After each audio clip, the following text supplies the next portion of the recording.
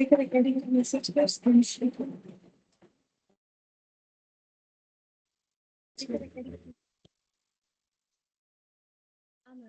Hello ma'am, good afternoon. देखो हम लोग का इसका बैलेंस शीट बाकी था। ये कितना नंबर क्वेश्चन था?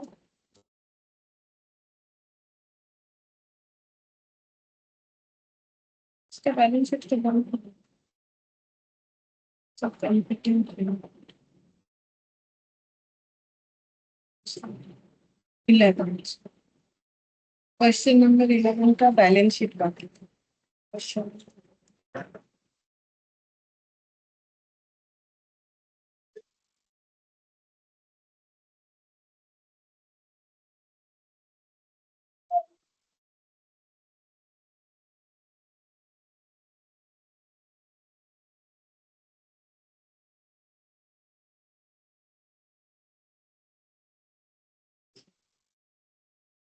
इसका बैलेंस शीट बाकी था वो बनना था। ये क्वेश्चन नंबर 11।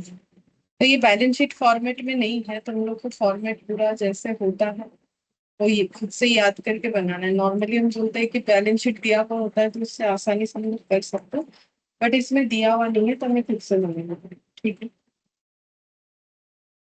तो लिखो balance sheet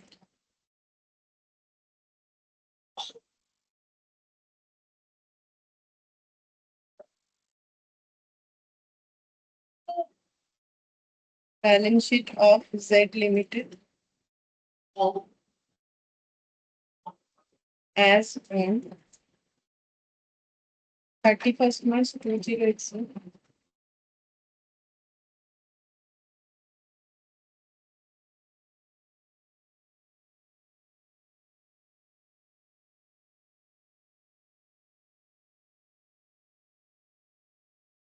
particulars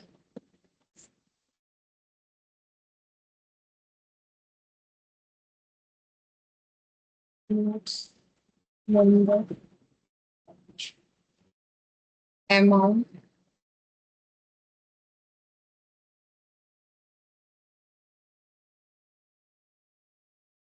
equity and liability।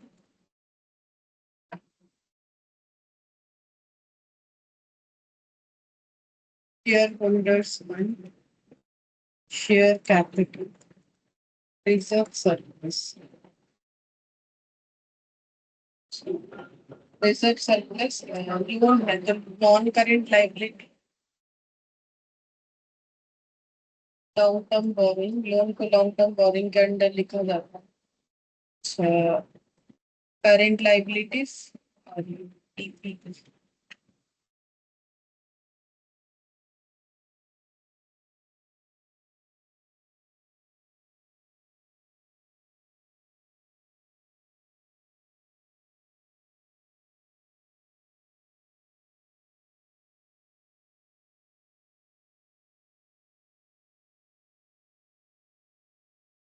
current liability में trade payable sundry provisions, trade payable short term provisions। फिर यहाँ पर सेकेंड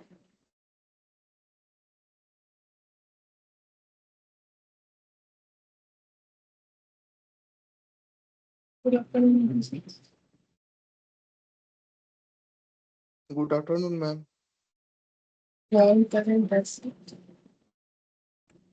नॉन करंट एसेट में है पीपीई इन्वेस्टमेंट, पीपीई और investment.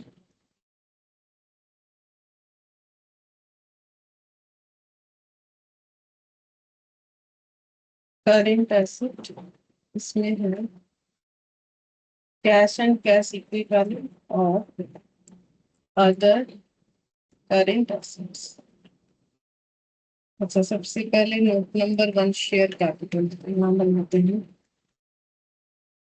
Notes to accounts.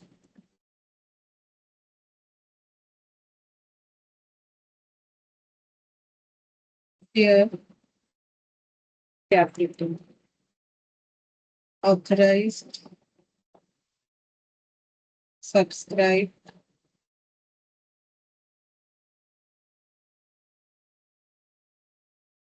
authorized, subscribed, called up and paid up share capital. Called up and paid up share capital.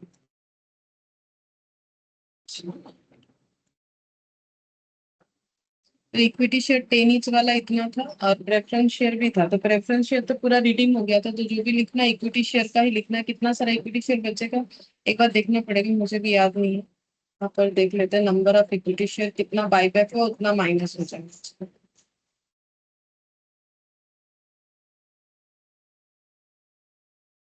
16 160 160, तो 16,000 minus 160 कितना होगा?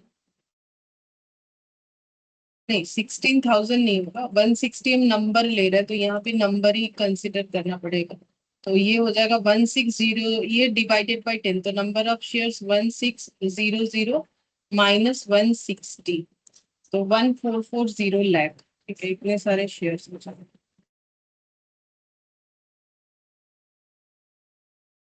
1440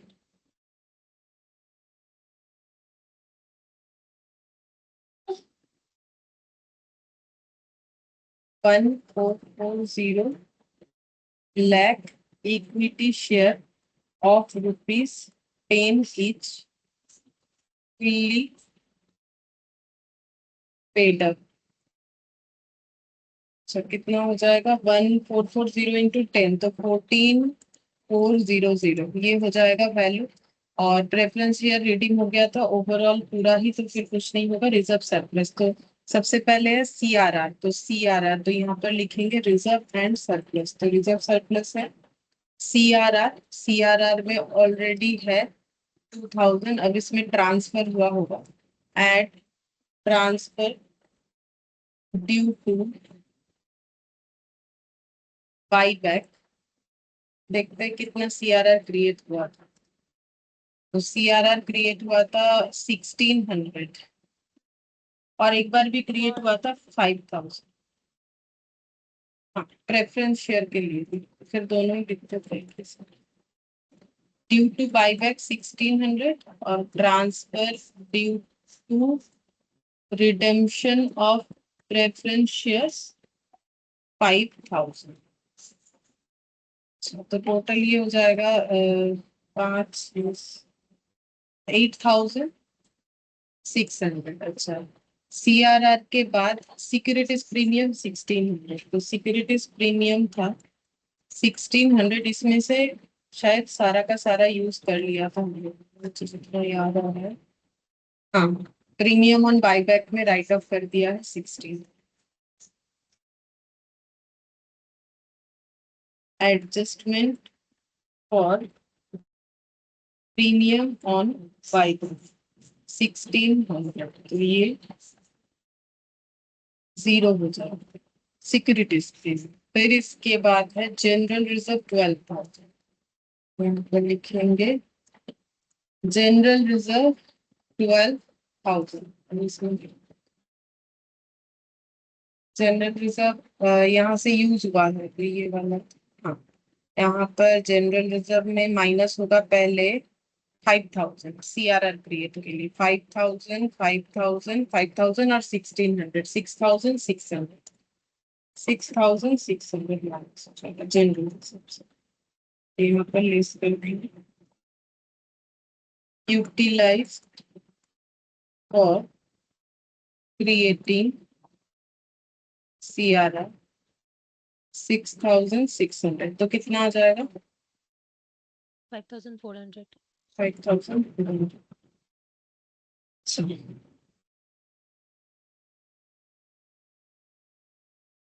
PL 600,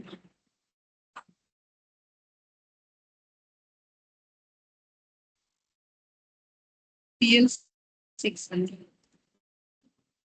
अब इन्वेस्टमेंट बेच के कितना है?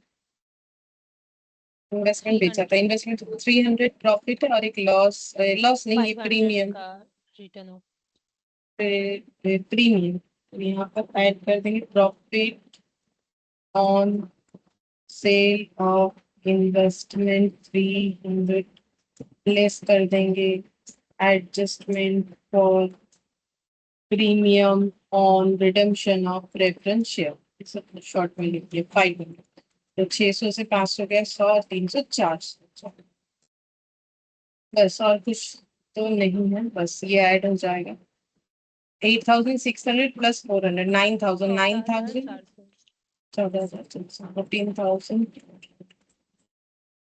अच्छा, फिर इसके बाद है लॉन्ग टर्म बोरिंग, ये नोट नंबर 2 हो गया। Note number 3 long term boring,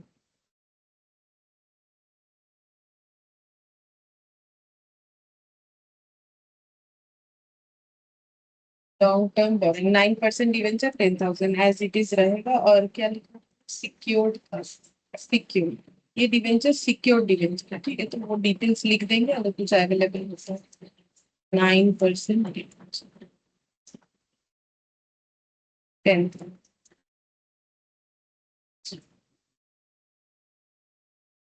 हो गया। ट्रेड पेबल 4,600, ये हम लोग एज इट इज लिख देते, ट्रेड पेबल 4,600, इसका नोट बना के क्या, ट्रेड पेबल नाम से ही, इसमें कोई डिटेल्स नहीं।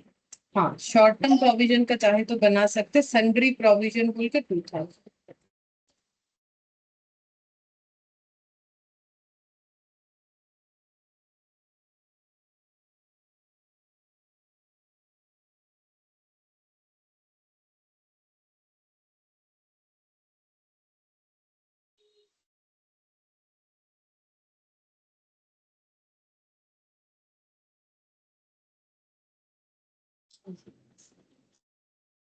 Liability side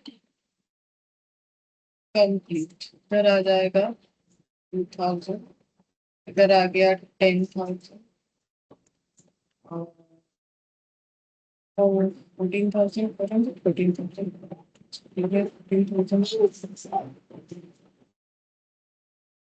28,800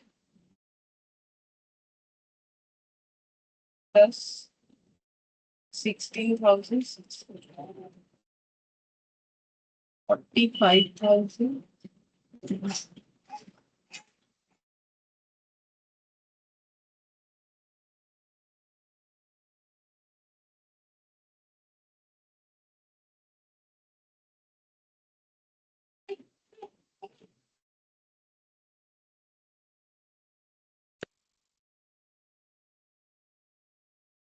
fixed asset 28,000,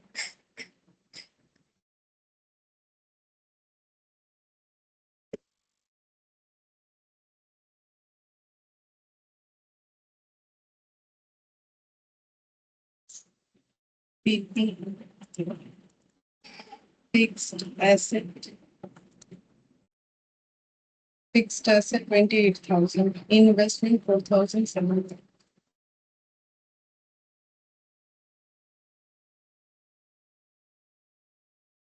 investment तो डायरेक्टली लिखा हुआ, इसका नोट बनेगा। Investment 4,700, cash and cash equivalent, इसका नोट बना लेंगे। अदर करेंट एसेट्स जो है 16,500, ये directly cash and cash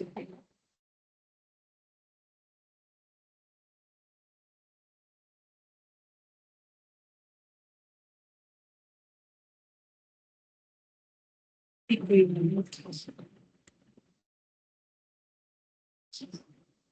opening cash 4,600, opening cash है बैंक 4,600। अब देखते हैं बैंक का क्या क्या ट्रांजेक्शन, सबसे पहले इन्वेस्ट 5,000 आया है। इन्वेस्टमेंट पेज के, तो पहले add sale proceeds from investment, 5,500 preference share holder को दिए हैं। Paid to preference share holders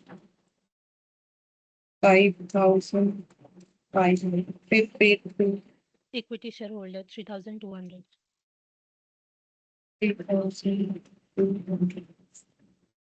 तो ये 5,000 से ये हो गया -500, -500 मतलब -3,700, तो 4,600, 900 900।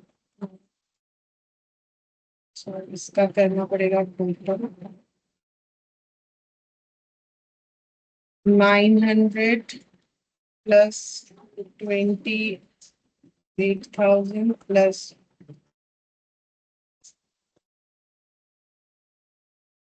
50।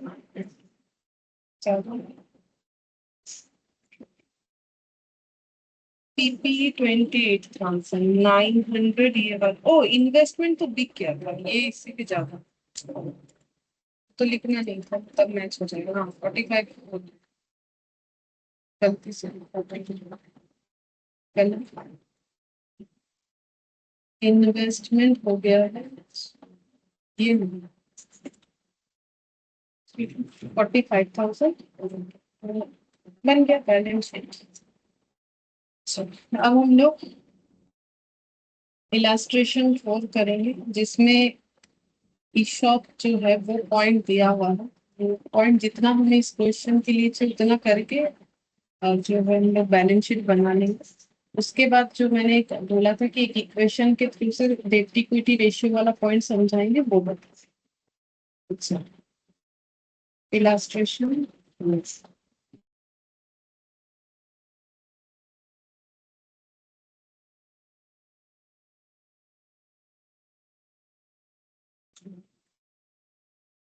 ईशॉप जो है इसको बोलते हैं एम्प्लॉय स्टॉक ऑप्शन प्लान।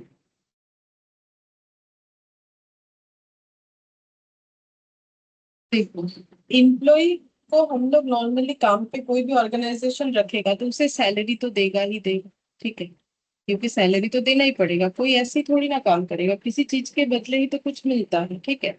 तो सैलरी तो दिया ही जाएगा, लेकिन क्या होता है कि कंपनी उन्हें एम्प्लॉय स्टॉक ऑप्शन प्लान भी दे सकती है। क्यों देती है? देखो कंपनी कभी नहीं चाहेगी कि उसका जो एम्प्लॉय है वो उसका टर्नओवर बहुत ज्यादा हो। टर्नओवर का मतलब मूवमेंट, ठीक है, यहाँ पर कि बार बार एम्प्लॉय जो है किसी ऑर्गेनाइजेशन में आ जाता है, फिर काम सीख लेता है, फिर दूसरे किसी ऑर्गेनाइजेशन में ज्वाइन कर लेता है, जिसका उसके पास पूरा मतलब क्या बोले, उसका ऐसा कोई रेस्ट्रिक्शन थोड़ी होता है कि इसी ऑर्गेनाइजेशन में करे तो इसी में करना है। हाँ काम छोड़ने के पहले कुछ रूल्स होता है कि भाई 3 मंथ्स पहले एक नोटिस दो फिर ही आप काम छोड़ सकते हो। बाकी कॉन्ट्रैक्ट के ऊपर भी डिपेंड करता है कौन कितने दिन के कॉन्ट्रैक्ट पे काम में जा रहा है, ठीक है। अगर किसी का कोई 5-7 साल का कॉन्ट्रैक्ट है तो वो बात अलग है, लेकिन नॉर्मली क्या होता है एम्प्लॉय तो फ्री होते हैं, ठीक है, मतलब फ्री इन द सेंस कि ऐसा थोड़ी है कि इसी ऑर्गेनाइजेशन में करे तो इसी में करेंगे, कहीं दूसरा अच्छा ऑफर मिला तो वहां भी जा सकते हैं। लेकिन चले जाने से एम्प्लॉय को कुछ लॉस नहीं होता है, ज्यादा ज्यादा लॉस कंपनी का होता है, क्योंकि जब वो एम्प्लॉय काम में आया था तो उसे ट्रेनिंग दिया गया, उसे सिखाया गया, ठीक है, तो ये सब के लिए उसके पीछे खर्चा हुआ। अब जैसे वो कंपनी को कुछ अर्न करके देने लगा दूसरे कहीं पर, उसे अच्छा पैकेज मिल गया या अच्छा एनवायरनमेंट, जो भी रीजन से, या फिर कुछ पर्सनल रीजन हो सकता है, कुछ प्रोफेशनल रीजन हो सकता है, वो छोड़ दिया, ठीक है। अब कंपनी कभी नहीं चाहती कि उसका बना बनाया एक एम्प्लॉय उसका काम छोड़ के चला जाए, तो सैलरी तो देना ही पड़ेगा। और एम्प्लॉय को मोटिवेट रखने के लिए कंपनी इस तरीके का जो है ऑप्शन लेती है, जैसे कि मैंने बोला ईशॉप देती है, ठीक है। तो ईशॉप क्या होता है? देखो एम्प्लॉय स्टॉक ऑप्शन प्लान मतलब एम्प्लॉय को ऑप्शन दिया जाता है कि आप चाहो तो स्टॉक ले सकते हो कंपनी का, ठीक है। तो अब ये मतलब क्या एम्प्लॉय को खरीदना पड़ेगा? हाँ खरीदना पड़ेगा, लेकिन कंसेशनल रेट पे खरीदना पड़ेगा। मतलब कंपनी ऐसा बोल सकती है कि अगर आप मतलब कंपनी कंडीशन देगी बेसिकली, ठीक है, कंपनी कंडीशन देगी एम्प्लॉय को कि अगर आप मेरे साथ फॉर एग्जाम्पल 5 साल काम करते हो मेरे कंपनी में, ठीक है, तो 5 साल बाद आपको मेरे कंपनी का शेयर हम कंसेशनल रेट में दे देंगे। कितना में देंगे वो हम आज ही बता देंगे, जब ईसॉप डिक्लेयर करेंगे तभी हम बता देंगे कि हम कब देना चाहते हैं, ठीक है, मतलब कितने रुपीज में हम देना चाहते हैं, कितने कंसेशनल रेट में देना चाहते हैं। अब देखो इसके लिए कोई जरूरी नहीं है कि एम्प्लॉय को मानना ही पड़ेगा, मतलब कोई कंपल्सन नहीं है कि भाई कंपनी बोल रहा है तो लेना ही पड़ेगा, ऑप्शन है, ठीक है। आप अगर मेरे साथ मेरे कंडीशन के अकॉर्डिंग जुड़े रहते हो तो आपको सैलरी तो जो मिलता है वो तो मिलेगा ही, वो थोड़ी ना कोई रोक सकता है। लेकिन अगर आप मेरे साथ 5 साल, मतलब ये नॉर्मली कंडीशन इस का यही होता है कि एक पर्टिकुलर टाइम पीरियड तक कंपनी बोलेगी कि अगर मेरे साथ काम करोगे तो मेरा शेयर उस समय मार्केट में जितने का भी मतलब जितना भी उसका रेट चल रहा हो, हम आज जो प्राइस बोल रहे हैं उसी पे दे देंगे। जैसे आज कंपनी ने सब डिक्लेयर किया, बोला हम अपने कंपनी का शेयर 10 रुपए में दे देंगे 5 साल बाद, चाहे 5 साल बाद वो शेयर 10 रुपए वाला 10,000 ही क्यों ना हो, ठीक है। तो इससे अगर कम, अब देखो अभी इम्प्लॉय को लेना चाहिए कि नहीं लेना चाहिए, देखो वो तो उसे समझना पड़ेगा कि भाई हम जिस कंपनी में काम कर रहे हैं उसका शेयर फ्यूचर में कितना बढ़ने वाला है, कितना अच्छा ग्रोथ है कंपनी का, क्या मुझे ये ऑप्शन में जाना चाहिए। तो हम कॉन्ट्रैक्ट साइन करेंगे ना कि हम 5 साल, वैसे साइन वाला बात कुछ होता नहीं है, मतलब कंपनी एक प्रपोजल दे रखती है, ठीक है। और इस लालच में इम्प्लॉय काम करते रहते हैं, ठीक है, कि फ्यूचर में मुझे अगर 10 का शेयर, मतलब आज जो मार्केट में फ्यूचर में मुझे लग रहा है जो शेयर 10,000 रुपए हो जाएगा, आज अगर कंपनी मुझे बोल रही है कि तब जितना भी हो आपको 10 रुपए में ही दे देंगे, एक एग्जाम्पल बोल रहा है, तो एम्प्लॉय के लिए तो अच्छा ही है। अब लेना नहीं लेना उसका प्रॉब्लम है, ठीक है। जैसे देखो अब जैसे कंपनी ने 5 साल का बोल दिया, अब जरूरी नहीं है कि कोई एम्प्लॉय 5 साल तक ही टिका रहे, कोई 2 साल बाद भी चले जा सकता है, क्योंकि कोई प्रॉब्लम कुछ कुछ भी हो सकता है, ठीक है।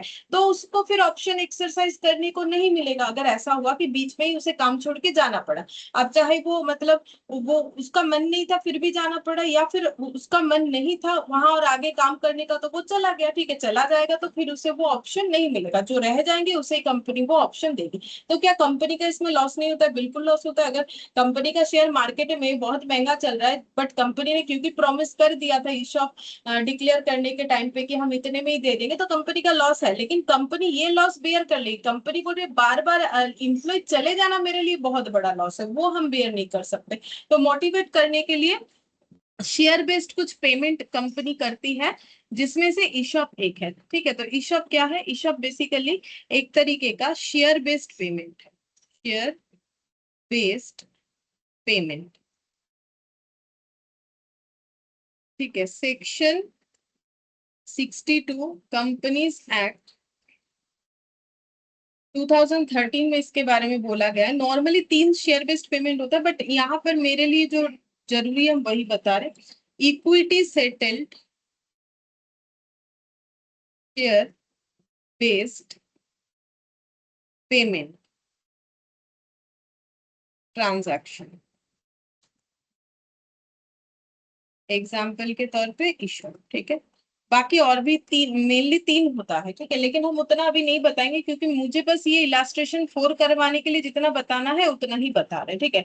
बाकी जिन लोगों का भी इंडिविजुअली इशॉप चैप्टर है उनका डिटेल्स में होगा, जिनका नहीं है उनका नहीं, ठीक है। तो वो तो देखो जब क्लास प्रोवाइड करेंगे तो तुम लोग को पता चल जाएगा, ठीक है, किसका है किसका नहीं है। तो देखो यहाँ पर बोल रहा है कि इम्प्लॉय स्टॉक ऑप्शन प्लान, यहाँ पर ये शेयर बेस्ड पेमेंट होता है एक तरीके का, ठीक है। Equity settle share based payment transaction, मतलब कंपनी शेयर के थ्रू से जो है अपना सेटलमेंट कर रही है इम्प्लॉय के साथ कि भाई तुम्हें सैलरी तो दे रहे हैं, फ्यूचर में मेरा शेयर कंसेशनल रेट में दे देंगे, इस तरीके का ऑफर दे रही है। अगर इम्प्लॉय को पसंद आए तो ले, ना पसंद आए तो ना ले, ठीक है सर। पूरा पूरी ऑप्शन है, ऐसा कोई जबरदस्ती वाला बात नहीं है। अब कुछ पॉइंट्स जो है वो देख लो, क्या क्या यहाँ पर टर्म्स हमें समझना पड़ता है। देखो जैसे मान लो 1/4/2022, ठीक है, या फिर इसको 21 कर देते हैं, ठीक है, 1/4/2022, ठीक है, 21 इस दिन मान लो कि कंपनी ने ईशॉप डिक्लेयर किया, ईशॉप डिक्लेयर किया कि हम ईशॉप इशू करना चाहते हैं।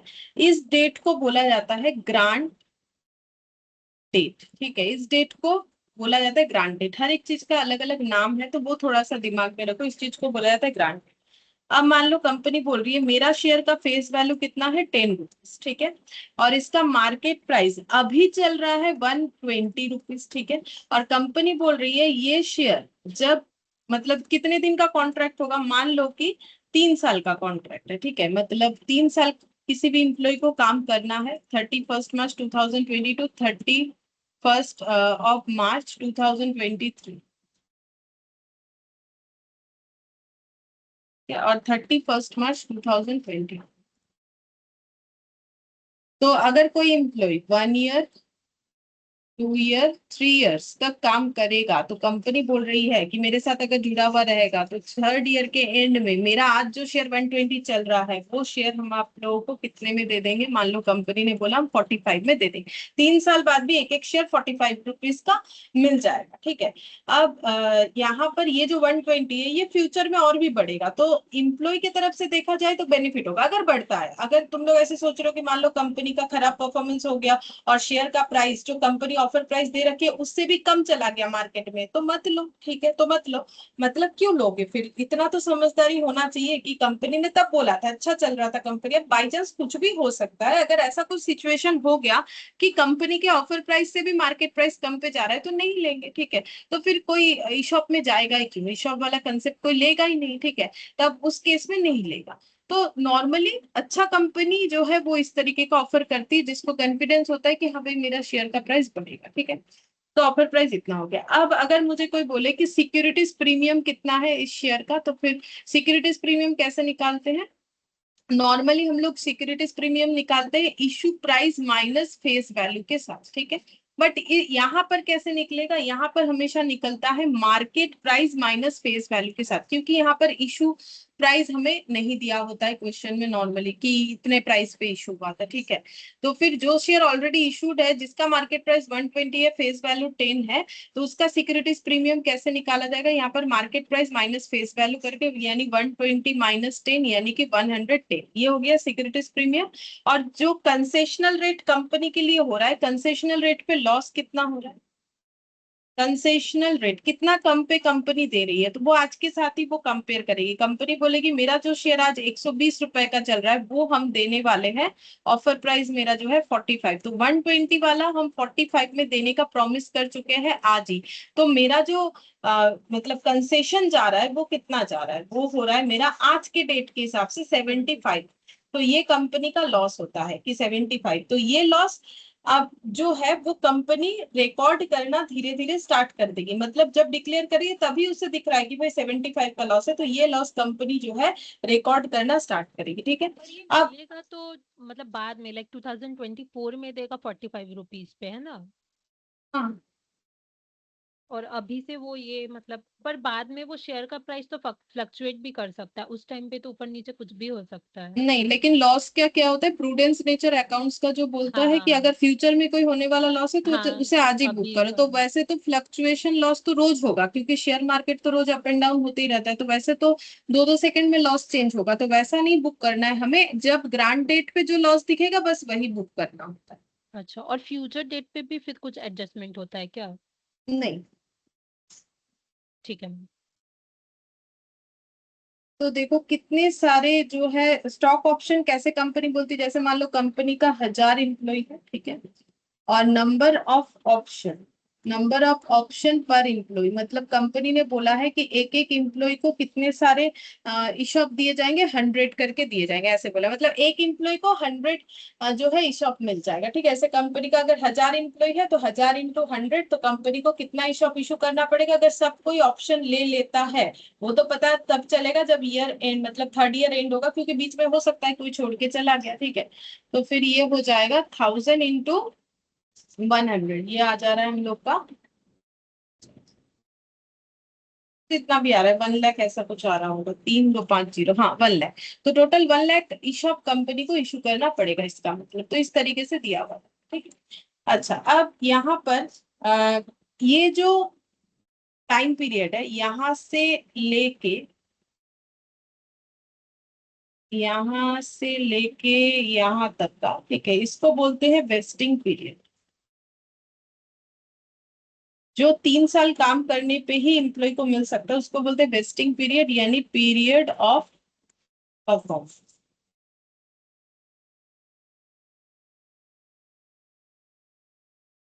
ठीक है, यहाँ परफॉर्मेंस करेंगे। परफॉर्मेंस मेनली बात ये कि 3 साल टिके रहेंगे तो ही उनको शेयर मिलेगा। ठीक है, कंसेशनल रेट में मिलेगा, लेना नहीं लेना पूरा जो है एम्प्लॉय का ऊपर डिपेंड करता है। ठीक है, अब इसके बाद भी कंपनी क्या करती है कभी कभी कंपनी और टाइम दे देती है। मान लो कंपनी ने और 1 साल टाइम दे दिया कि ठीक है, मतलब और 1 साल इन द सेंस 3 साल टिक के काम करना है तो कंसेशनल रेट पे शेयर मिल जाएगा, लेकिन अब शेयर तो खरीदना पड़ेगा ना, फ्री का तो नहीं मिल रहा है, 45 करके भी तो देना पड़ेगा।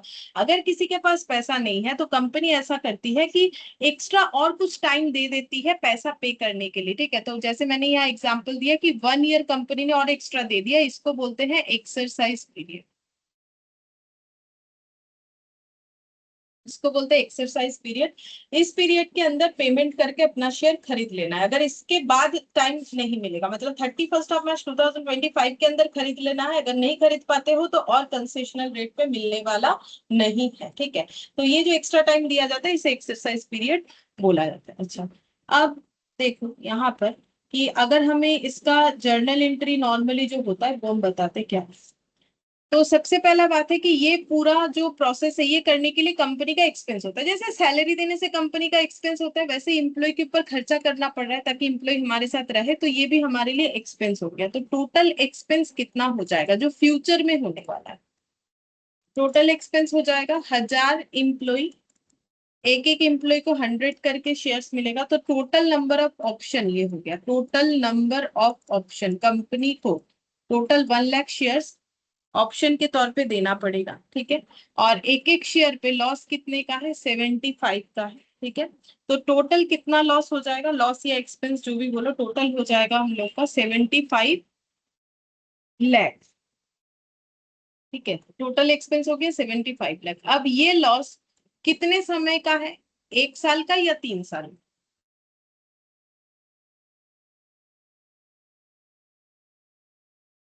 3 साल का। 3 साल का है, ठीक है। 75 करके आज ही तो पता चल रहा है कि अगर मैंने बोल दिया है, डिक्लेयर कर दिया है कंपनी ने कि 1000 इम्प्लॉय है मेरा, हर एक इम्प्लॉय को 100 करके ही स्टॉक मिलेगा। कौन लेगा नहीं लेगा वो तो खुद इम्प्लॉय को भी नहीं पता। अब सोच रहा होगा हाँ हम काम करेंगे, हम लेंगे। अब हो सकता है फ्यूचर में उसको कोई प्रॉब्लम हुआ, वो चला गया, ठीक है। अभी आज के डेट पे कंपनी को क्या दिमाग में चल रहा है कि मैंने जो ऑफर दे दिया है उसके हिसाब से मेरा तो टोटल 75 लाख का लॉस है या एक्सपेंस है, और ये पूरे 3 साल का है। अब हमेशा अकाउंट्स तो पर एनम बेसिस पे बनता है, ठीक है, मतलब ईयरली बेसिस पे बनता है। तो एक्सपेंस पर एनम कितना हो जाए जो कि पीएल में रिकॉग्नाइज करना पड़ेगा,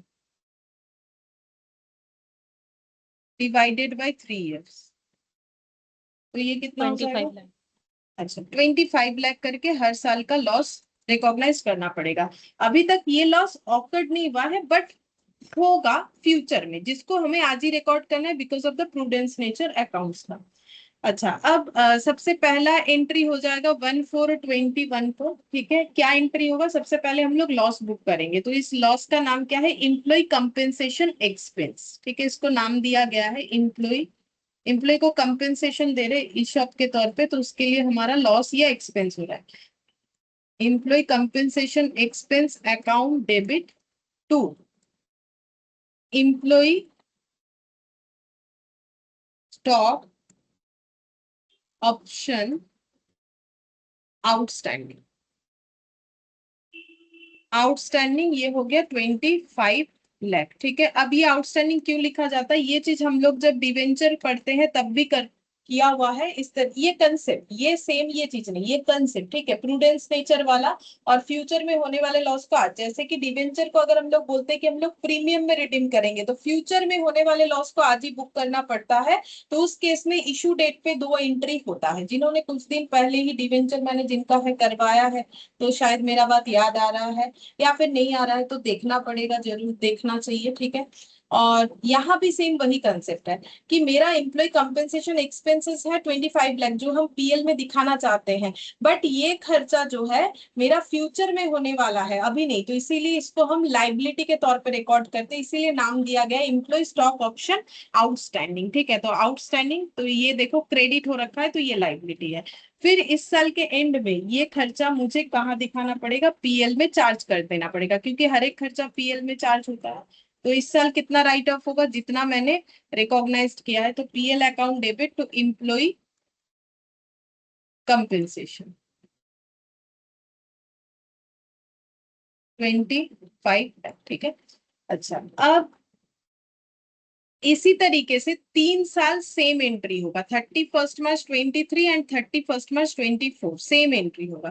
फिर 31 मार्च 23 में सेम एंट्री होगा, यही दो हम ऐसे शॉर्ट में लिख देते हैं। Employee compensation account debit 25 lakh to employee stock option outstanding 25 lakh, और यहाँ पर पीएल सेम डेट पे ही PL account debit to employee compensation expense 25 lakh. फिर 31 मार्च 24 को सेम वही employee compensation account debit 25 lakh to employee stock option outstanding 25 lakh, PL account debit to employee compensation expense 25 lakh. ये ma'am हो गया। दोनों एंट्री एंड डेट पे होगा, ईयर एंड पे। तो खर्चा पीएल तो ईयर एंड पे ही बनता है ना, तो ईयर एंड पे ही रिकॉग्नाइज्ड। अच्छा, और फर्स्ट वाले का फर्स्ट एंट्री ओपनिंग पे हुआ था। हाँ, क्योंकि डिक्लेयर डेट पे ही 25 लाख जो है रिकॉग्नाइज्ड किया हम लोग ने। यहाँ पर तो जब खर्चा रिकॉग्नाइज्ड हुआ उसके बाद तो ये यहीं पर तो 75 लाख का 3 पार्ट्स हो गया था। इसके बाद तो ईयर एंड जब पीएल में चार्ज करेंगे तभी एंट्री डालना पड़ेगा, क्योंकि बीच में तो कोई ट्रांजैक्शन हो नहीं रहा है, यहाँ पर हो रहा था। अच्छा अच्छा, ठीक। अच्छा, अब यहाँ पर जो है 3 साल में कितना खर्चा हो गया, 25 करके 75 लाख। अब 31 मार्च 25 आ गया। 31 मार्च 25 में क्या होगा, जो ऑप्शन एक्सरसाइज करना चाहते हैं वो ऑप्शन एक्सरसाइज करेंगे। तो जब ऑप्शन एक्सरसाइज करेंगे तो कंपनी का शेयर बिकेगा, क्योंकि वो शेयर खरीद रहे हैं, भले ही कंसेशनल रेट में खरीद रहे हो। तो एंट्री हो जाएगा बैंक अकाउंट डेबिट। ठीक है, अब मान लेते हैं कि सभी कोई खरीद रहा है, हम इसमें ज्यादा कुछ पॉइंट दे नहीं रहे, क्योंकि हम ईशॉप चैप्टर तो पढ़ाएंगे नहीं अभी। उसमें बहुत कुछ हो सकता है, जैसे कि यहाँ से तो 20 लोग चले गए, 10 लोग चले गए, फिर उसके हिसाब से फिर एक्सपेंसेस अलग हो सकता है। तो वो सब अभी हाँ, दिमाग पे लेने का बाद में जरूरत नहीं है, क्योंकि वो है नहीं हम लोग का इस केस में, एटलीस्ट बाई बैक वाले केस में। जब होगा तब देखा जाएगा। अब यहाँ पर देखो बैंक अकाउंट डेबिट। अब अगर हम मान लेते हैं सारे इम्प्लॉई जो शेयर खरीद रहे हैं, तो कंपनी को शेयर खरीदने पे कितना पैसा मिलेगा, 1000 इम्प्लॉई एक एक को 100 शेयर्स दिया जाएगा। ठीक है, तो 1000 इम्प्लॉई अगर 100 शेयर्स खरीदेंगे तो 1 लाख शेयर्स, और शेयर कितने में खरीद रहे हैं सब कोई, 45। इंटू 45, तो ये आ जाएगा इतना पैसा इनके पास, जो कि आई थिंक 45 लाख होता है। ठीक है, फिर 2 हो जाएगा, क्योंकि शेयर जो है भले ही 45 हो बट प्रीमियम तो है। ठीक है, तो प्रीमियम और ये टू इक्विटी शेयर कैपिटल, जो शेयर का एंट्री होता है bank account debit to equity share capital to securities premium. ठीक है, तो इक्विटी शेयर कैपिटल में कितना आ जाएगा, 1000 × 100, इतना ये हो गया नंबर ऑफ शेयर्स। और हमेशा ये जो है फेस वैल्यू या फिर नॉमिनल वैल्यू पे रिकॉर्ड होता है, तो ये आंसर हो जाएगा हम लोग का 10 लाख। ठीक है, अब सिक्योरिटीज प्रीमियम में कितना आ जाएगा, तो number of shares 1000 × 100 into securities premium कितना लेना पड़ेगा। तो जो सिक्योरिटीज प्रीमियम हम लोगों ने ग्रांट डेट पे कैलकुलेट किया होता है, वही वाला प्रीमियम प्राइस लेना पड़ता है। ऐसा नहीं है कि हम लोग 10 यानी फेस वैल्यू से इस डेट का मार्केट प्राइस को कंपेयर करेंगे, नहीं। वैसे तो देखो सिक्योरिटीज प्रीमियम हमेशा इशू प्राइस से लेस होता है, बट यहाँ वो अवेलेबल नहीं रहेगा। ठीक है, हमें यहाँ पर सिक्योरिटीज प्रीमियम कैलकुलेट हमेशा मार्केट प्राइस से करना है, वो मार्केट प्राइस जो ग्रांट डेट के दिन था। ठीक है, अच्छा, अब यहाँ पर हो गया 1 लाख इंटू 110, तो हो जाएगा 110 लाख। ठीक है, 110 लाख। तो अगर देखा जाए तो दोनों साइड टैली नहीं हो रहा है, इधर हो रहा है 120, इधर हो रहा है 45 लाख। ठीक है, अब टैली क्यों नहीं हो रहा है, कितने का कम दिख रहा है, आई थिंक 75 लाख का कम दिख रहा है। अब ये 75 लाख है क्या, कि हम लोगों ने जो खर्चा अभी तक बुक कर रखा था इशॉप आउटस्टैंडिंग बोल के, एम्प्लॉय स्टॉक ऑप्शन आउटस्टैंडिंग, ये लाइबिलिटी खत्म करने का समय आ गया है। क्योंकि ये जो हम लोगों ने लॉस बुक कर रखा था एज अ लाइबिलिटी, वो अब हम लोग खत्म कर देंगे। तो लाइबिलिटी क्रेडिट था, खत्म होगा तो डेबिट हो जाएगा। तो एंट्री हो जाएगा eShop stock option outstanding account debit. कितना लाइबिलिटी बुक किया था, 45 लाख। ठीक है, सॉरी 75 लाख। 75 लाख कैसे, 25 25 25 करके, ये यहाँ पर एक 25, यहाँ पर एक 25, यहाँ पर एक 25, और इसके बाद वाला। ठीक है, तो तीनों, या फिर चाहे तो ऐसे करके दिखा सकते हैं 1000 × 100, और हर लाइबिलिटी क्या था, लाइबिलिटी वो था जो मेरा लॉस हो रहा था, जो कंसेशनल रेट यानी कि 75। ठीक है, तो इंटू 75 ऐसे करके भी हम लोग चाहे तो लिख सकते हैं। तो ये हो गया हम लोग का 75 लाख, ठीक है।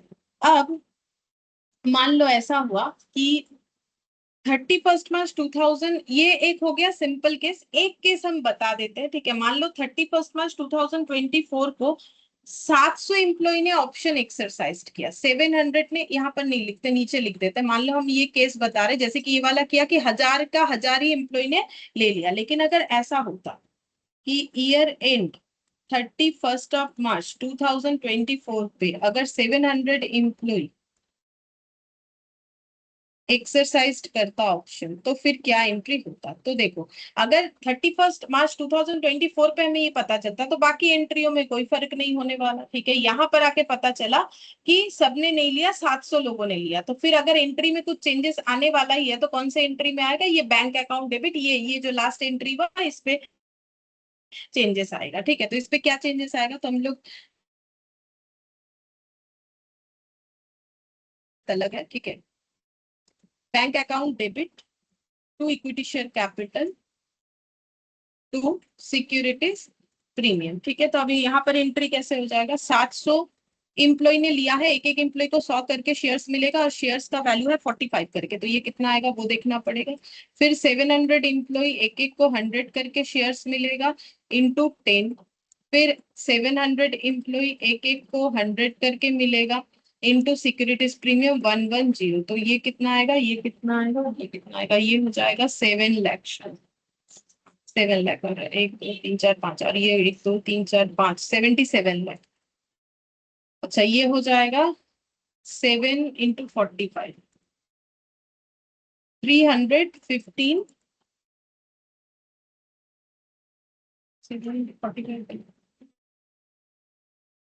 45 में 75, नहीं 45, ठीक है।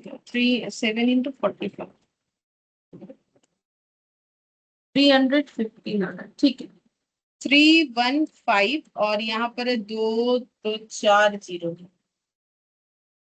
लैख में 700 into 100 into 45 divided by 1 lakh, 31.5 lakh.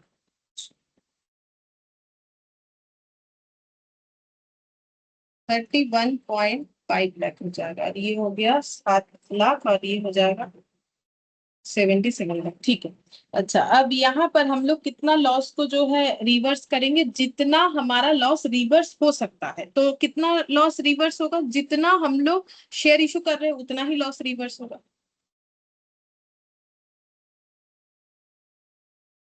तो 700 एम्प्लॉय के ऊपर लॉस रिकॉर्ड करना है, एक एक को 100 शेयर्स मिल रहा है, तो टोटल 70,000 शेयर्स पे लॉस होगा, और लॉस का वैल्यू है 75 करके। फिर 7 × 75, ये हो गया 525, और 4 जीरो है, 525 और 4 जीरो मतलब 52.5 52.5, मतलब 31.5 प्लस 52.5, तो ये आ गया 84। टैली हो गया। अच्छा, तो फिर बाकी लॉस का क्या करें? जो लॉस हमें हम लोगों ने एज ए लाइबिलिटी रिकॉर्ड तो किया था, बट वो लॉस अभी हम लोग रिवर्स नहीं कर सकते, बिकॉज सभी ने लिया नहीं है शेयर्स, ठीक है। तो फिर उसका क्या करना होता है? तो बैलेंस जो है, balance in employee stock option outstanding account में कितना बचा? तो टोटल तो था 75 लाख, 3 इयर्स का 25 करके, जिसमें से 52.5 जो है वो रिवर्स हो गया, तो बाकी जो बच रहा है 22.5 लाख, ये जो बच रहा है इसको क्या करना है? तो इसको बोला जाता है कि जनरल रिजर्व में ट्रांसफर करके इस अकाउंट को क्लोज कर दो। तो employee stock option outstanding account debit, ये रिवर्स तो होगा ही, ठीक है। और ये कहाँ चला जाएगा? ये जनरल रिजर्व में चला जाएगा। बस इतना जानना हमारे लिए इलस्ट्रेशन 4 करने के लिए काफी है। फिर भी ये पॉइंट 2 जो मैंने बता दिया ये हमें चाहिए भी नहीं, ठीक है। फिर भी बता दिया, अगर बाई चांस बाईबैक में इंक्लूड हो जाए, जिनका इशॉप है नहीं उनके लिए मेनली बता दिया मैंने। अगर ये थोड़ा पॉइंट इंक्लूड कर दे तो कर सकता है। बाकी इशॉप में अलग से जब इशॉप पढ़ते हैं हम लोग, तो फिर उसमें बहुत कुछ ही रहता है, ठीक है। बहुत सारे चीज हो सकते हैं इसमें। अच्छा, अब हम लोग ये इलास्ट्रेशन 4 स्टार्ट करते हैं। देखो,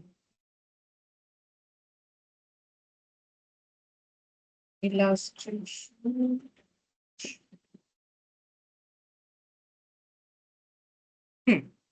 बोल रहा है extra limited a non listed company furnishes you with the following balance sheet as at 31st March 20x1।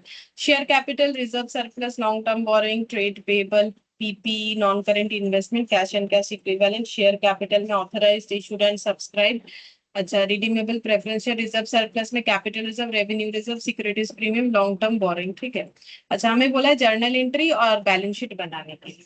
ठीक है, देखो क्या क्या बोल रहा है कंपनी ने रिडीम किया preference share eight A premium of 10% on 1 April 20x1। तो सबसे पहले प्रेफरेंस शेयर रिडीम होगा 1 April को 20x1 को। अच्छा, तो फिर बोल रहा है it also bought back 3 lakh equity share. यहाँ बता दिया 3 lakh equity share buy back करना है 10 रुपए वाला एट 30 पर शेयर, जो कि बाय बैक प्राइस हो गया। The payment for the above was made out of huge bank balance. बोल रहा है कि जो पैसे का जरूरत होगा शेयर होल्डर को पेमेंट करने के लिए, उसके लिए इनके पास बैंक में काफी पैसा है। ठीक है, तो फिर बैंक का यूज कर लेंगे, कोई प्रॉब्लम नहीं है। वैसे भी नहीं बोलता है तो हम लोग कर ही लेते हैं कि बैलेंस है ये मानते हुए, क्योंकि करते हुए ही करना पड़ता है, क्योंकि लॉ में तो बोला हुआ है कि आप ऐसे ऐसे क्रेडिटर का प्रोटेक्शन बेकार नहीं कर सकते हो। ठीक है, तो वो सारी चीजों को मेंटेन करके ही किया जाता है। Include in its investment where investment in own debenture. बोल रहा है इनका जो इन्वेस्टमेंट दिख रहा है यहाँ पर, इन्वेस्टमेंट एसेट साइड दिखता है, ये नॉन करेंट इन्वेस्टमेंट 120 लाख है या करोड़ लाख है। इस इन्वेस्टमेंट में क्या इंक्लूडेड है? इन्वेस्टमेंट इन ओन डिवेंचर, मतलब company, investment in own debenture का मतलब होता है कि कंपनी जैसे मार्केट से अपना शेयर खरीदती है ना, तो कंपनी चाहे तो मार्केट से अपना डिवेंचर भी खरीद सकती है। तो मार्केट से अगर डिवेंचर खरीद लेती है, तो जिस डिवेंचर पे वो लोन इंटरेस्ट दे रही थी, डिवेंचर यानी लोन था, ठीक है, तो वो पब्लिक को डिवेंचर इशू कर रही थी, अब पब्लिक से वो डिवेंचर खरीद लेती है, तो इसको बोला जाता है कि कंपनी ने अपने डिवेंचर में ही इन्वेस्टमेंट कर दिया। ठीक है, तो जैसे कि इन्वेस्टमेंट इन ओन शेयर, तो वो बाई बैक हो गया। इन्वेस्टमेंट इन ओन डिवेंचर मतलब अपना ही डिवेंचर वो परचेस कर रही है। तो बोल रहा है कि costing 2 lakh, face value 2.20 lakh. बोल रहा है जो डिवेंचर का फेस वैल्यू 2.20 लाख था, उस डिवेंचर को खरीदने में उसे मार्केट में 2 लाख रुपए देने पड़े। तो फिर क्या ये वाला कंपनी के लिए, ये जो कंपनी ने सोचा, क्या ये कंपनी के लिए लॉस है कि प्रॉफिट है? ये कॉन्ट्रैक्ट, मतलब कॉन्ट्रैक्ट नहीं, क्या बोले, मतलब ये एग्जीक्यूशन, ये ट्रांजैक्शन कंपनी के लिए क्या है, प्रॉफिट है कि लॉस?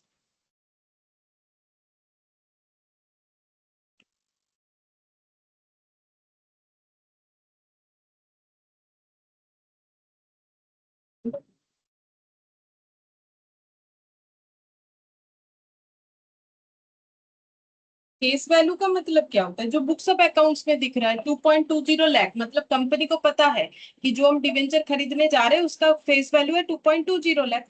और वैसे भी देखो, किसी को भी पता होता है, कोई भी चीज वो खरीदता है तो उसका फेस वैल्यू, और लेकिन वो खरीद रहा है 2 लाख रुपए में, तो ये नहीं बता सकते मतलब इसमें प्रॉफिट है कि लॉस है तो प्रॉफिट, बट वो मतलब खुद का ही खरीद रहा है ना। क्या हुआ, प्रॉफिट तो है। मैंने मेरा कोई चीज किसी को बेच दिया था, फिर हम उसी से खरीद रहे हैं। मान लो मेरा लैपटॉप किसी को बेच दिया था 5,000 रुपए में, ठीक है, फिर हम उसी से वो 4,000 रुपए में खरीद रहे हैं, मेरा प्रॉफिट नहीं? प्रॉफिट है। वैसे ही इन्वेस्टमेंट इन ओन डिवेंचर। ठीक है, अब ये करता क्यों है, वो बात हो सकता है कि क्यों कंपनी डिवेंचर खुद खरीदता है। कंपनी डिवेंचर को कैंसिल करना, मार्केट में कंपनी ने लोगों से लोन लिया, ठीक है, अब कंपनी बोल रही है अब लोन एक टर्म तक चलते जाएगा, ठीक है, तो कंपनी बोल रही है हम अपना डिवेंचर खरीद लेंगे लोगों से, ठीक है, खरीद लेंगे, जो बेचना चाहेंगे उनसे खरीद लेंगे, खरीदने के बाद कैंसिल कर देंगे। ठीक है, तो क्या होगा, खरीदने के बाद कैंसिल करने से इसका लोन कम कम हो जाएगा। ठीक है, तो इसीलिए कंपनी जैसे अपना बाईबैक का अलग जो है बेनिफिट होता है, कंपनी बाईबैक करती है, ठीक है, उसी तरीके से कंपनी डिवेंचर करती है ताकि लोन को कैंसिल कर सके। ठीक है, तो फिर ये खरीदने में इनका प्रॉफिट हुआ। अब देखो, कभी प्रॉफिट भी हो सकता है, कभी लॉस भी हो सकता है, वो बात अलग है। बट यहाँ पर बोला है, जो हमें डेटा दिया उससे पता चल रहा है कि कंपनी का क्या हुआ है, प्रॉफिट हुआ है, क्योंकि 2.20 लाख जिस चीज का बुक वैल्यू है, उस चीज को खरीदने में उसको 2 लाख रुपीज प्रॉफिट से देना पड़ा, उसका कॉस्ट पड़ा 2 लाख। ठीक है, तो फिर प्रॉफिट हो, मतलब परचेज अगर बिलो फेस वैल्यू है तो प्रॉफिट ही होगा। ठीक है, अच्छा, फिर बोल रहा है the company had 1 lakh equity stock option outstanding on the above. Company का जो है 1 lakh equity stock option outstanding on the above mention date, मतलब इस डेट पे ये जो बोला है 1 April, या कौन सा डेट है वो मेंशन डेट, मतलब भाई हर जगह 1 अप्रैल ही बोल रहा था। तो 1 lakh equity stock option outstanding है due to the employees at 20 when the market price was 30 this was included under current liabilities on 1420x1 employees exercise their option for 50,000 shares. देखो अब यहाँ पर बोल रहा है कि कंपनी का 1 लाख इक्विटी स्टॉक ऑप्शन है। 1 लाख इक्विटी स्टॉक ऑप्शन का मतलब number of employee into share पर एम्प्लॉय ये कैलकुलेट करके दे दिया है जो कि है 1 लाख। क्योंकि लैंग्वेज क्या है, इक्विटी स्टॉक ऑप्शन। तो कंपनी को अगर जैसे कि अभी अभी मैंने यहाँ पर जो क्वेश्चन करवाया था कि 1000 एम्प्लॉय को एक एक एम्प्लॉय को 100 करके शेयर्स दे रहे हैं, तो टोटल स्टॉक ऑप्शंस कितना कंपनी को इशू करना पड़ेगा 1 लाख। तो यहाँ पर नंबर ऑफ एम्प्लॉय और ये चीज हमें इंडिविजुअली नहीं दिया है बट ये टोटल हम लोग को दे दिया है। ठीक है, फिर बोल रहा है कि एम्प्लॉय को दिया गया है 20 में when the market price was 30। तो ये हो गया मार्केट प्राइस और ये वाला फिर कौन सा प्राइस हो गया, ये कंपनी ने जो ऑफर प्राइस। ठीक है, अब ये दोनों से हम लोग निकाल लेंगे कि प्रीमियम कितना होगा और जो है कि लॉस कितना हो रहा है। ठीक है, अच्छा अब प्रीमियम और लॉस ये निकालना पड़ेगा। फिर बोल रहे दिस वाज इंक्लूडेड अंडर, अच्छा ये करंट लाइबिलिटी में इंक्लूडेड है। मतलब ये जो करंट लाइबिलिटी में क्या इंक्लूडेड है, ये जो एम्प्लॉय स्टॉक ऑप्शन आउटस्टैंडिंग बोल के जो लाइबिलिटी रिकॉर्ड करते हैं, बोल रहे हैं कि वो करंट लाइबिलिटी में इंक्लूडेड है। On 1420x1 employees exercise their option for 50,000 shares. ठीक है, 1 लाख शेयर्स का ऑप्शन था बट सिर्फ 50,000 शेयर्स ही एक्सरसाइज हुआ है, बाकी 50,000 इसका मतलब नहीं हुआ। हम लोग को जर्नल एंट्री करने बोला और बैलेंस शीट बनाने। ठीक है, तो वैसा कुछ एम्प्लॉय स्टॉक ऑप्शन में यहाँ कुछ बहुत बड़ा पॉइंट दिया नहीं है, सिंपल सा पॉइंट है वो हम लोग कर लेंगे बट वो थोड़ा बोल दिया तो समझने में आसानी हो जाएगा। ठीक है, तो सबसे पहले प्रेफरेंस शेयर का रिडेम्पशन करेंगे।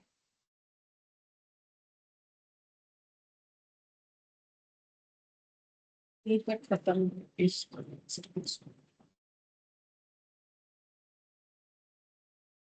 इलास्ट्रेशन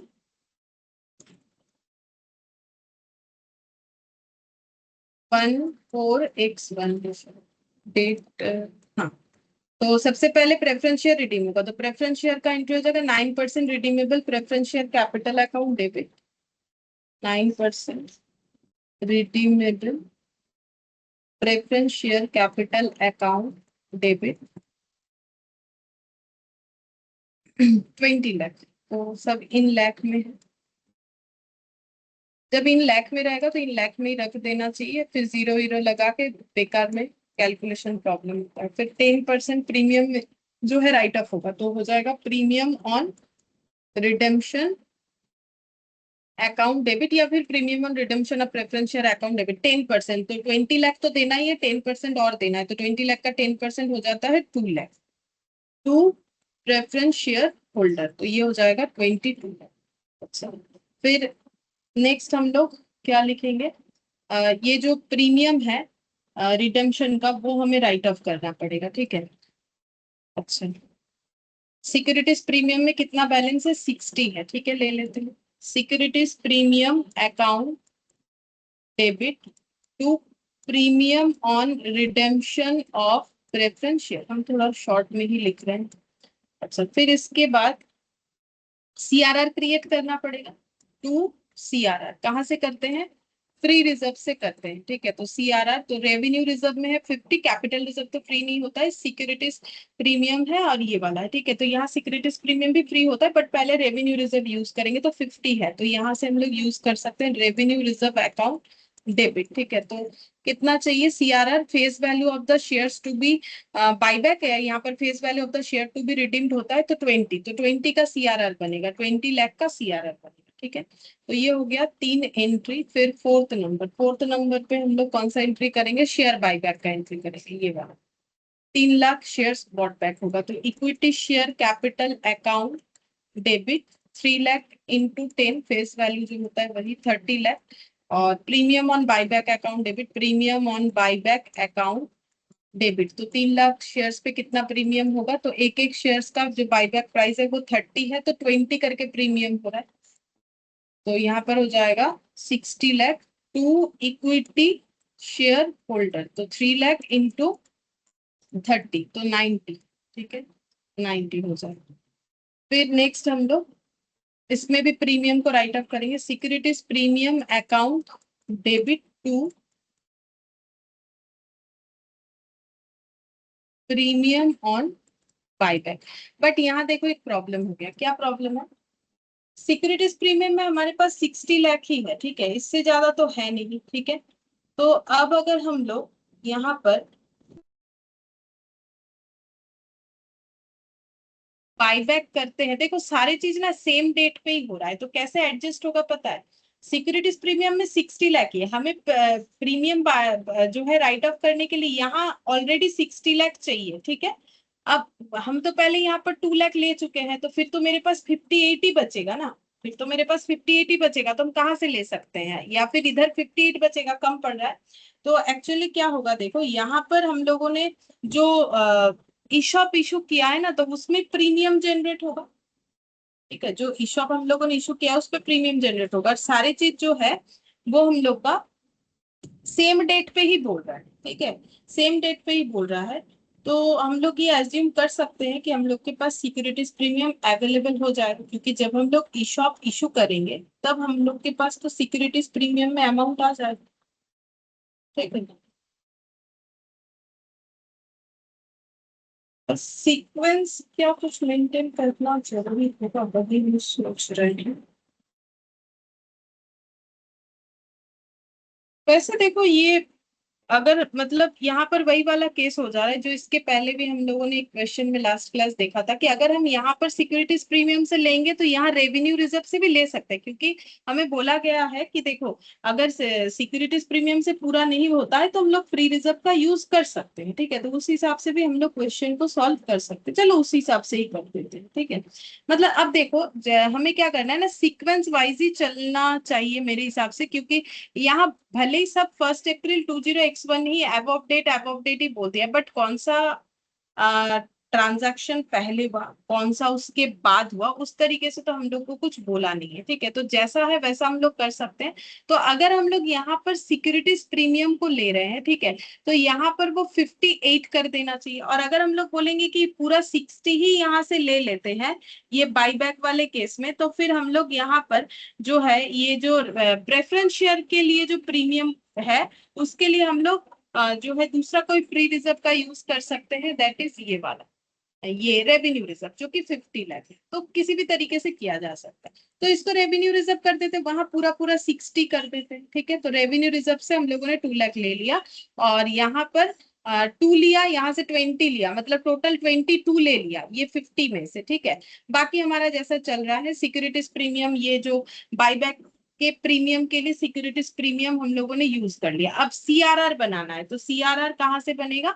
सीआरआर बन जाएगा बाईबैक वाले केस में, कितना सीआरआर बनना चाहिए? Face value of shares to be buyback यानी 30। अब 30 हमारे पास अवेलेबल है कि नहीं? तो देखो रेवेन्यू रिजर्व में 50 था, जिसमें से हम लोगों ने कितना यूज कर लिया है? 22 यूज कर लिया है। तो 50 में से 22 चले जाने से कितना बचेगा? 28 बच रहा है, ठीक है। हम लोग का तो कम पड़ जा रहा है, 28 बच रहा है, 50 चाहिए।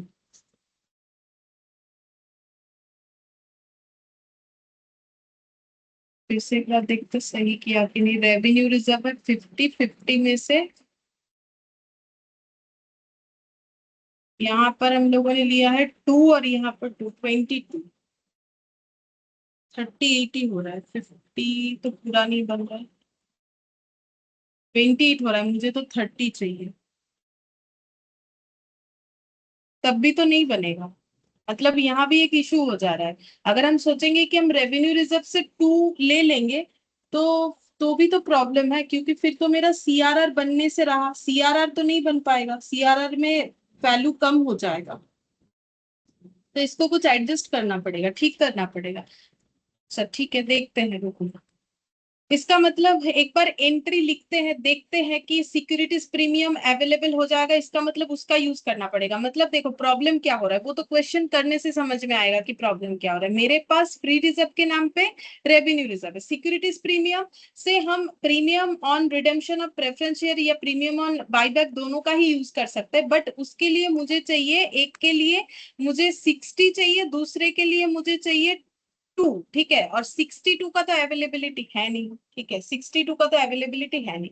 अब जब सीआरआर क्रिएट हो रहा है तो इधर से 20 और इधर से 50 चाहिए, तो सीआरआर अगर देखा जाए वैसे तो 50 बन जाएगा, लेकिन फिर 2 लाख तो कम हो जाएगा ना, कि अगर हम लोग प्रीमियम और रिडेम्पशन ऑफ प्रेफरेंस शेयर्स करें यहाँ पर रेवेन्यू रिजर्व, तो फिर 2 लाख का कमी हो जाएगा, ठीक है। तो फिर हम लोग उसको कैसे एडजस्ट करें, तो देखते हैं कैसे एडजस्ट किया जा सकता है। कहीं ना कहीं से हमें बैलेंस मिलेगा, कैसे मिलेगा, जब हम लोग ये इशॉप इशू करेंगे ना तो वो चीज हमारा मैनेज हो जाएगा, ठीक है।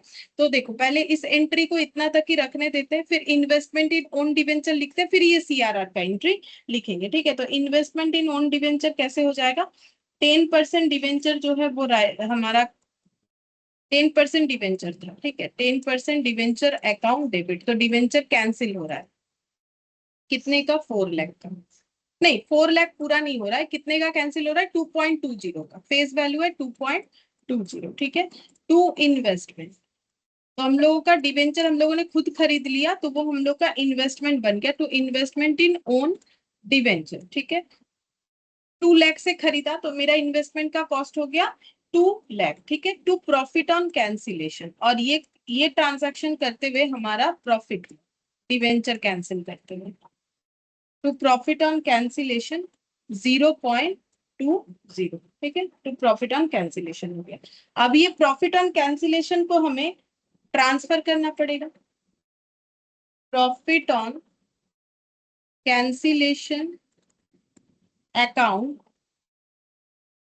डेबिट टू हो जाएगा, पीएल लिख सकते हो, या फिर देखो यहाँ क्योंकि पीएल नहीं है तो इस अमाउंट को हम लोग रेवेन्यू रिजर्व में भी चाहे तो ट्रांसफर कर सकते हैं, दोनों सही होता है, या तो पीएल में लिख दो प्रॉफिट हो रहा है, क्योंकि पीएल का यहाँ कोई लेजर है नहीं तो हम लोग इसको रेवेन्यू रिजर्व, क्योंकि रेवेन्यू रिजर्व भी तो पीएल के तरह ही होता है ना कि डे टू डे का, तो फिर हम लोग उसको पीएल या रेवेन्यू रिजर्व में दिखा सकते हैं, ठीक है। अब ये हो गया इम्प्लॉय स्टॉक ऑप्शन वाला, कर लेते हैं, ठीक है। तो इम्प्लॉय स्टॉक ऑप्शन वाला, तो जितने लोगों ने शेयर खरीदा उसका एंट्री हो जाएगा बैंक अकाउंट डेबिट, ठीक है।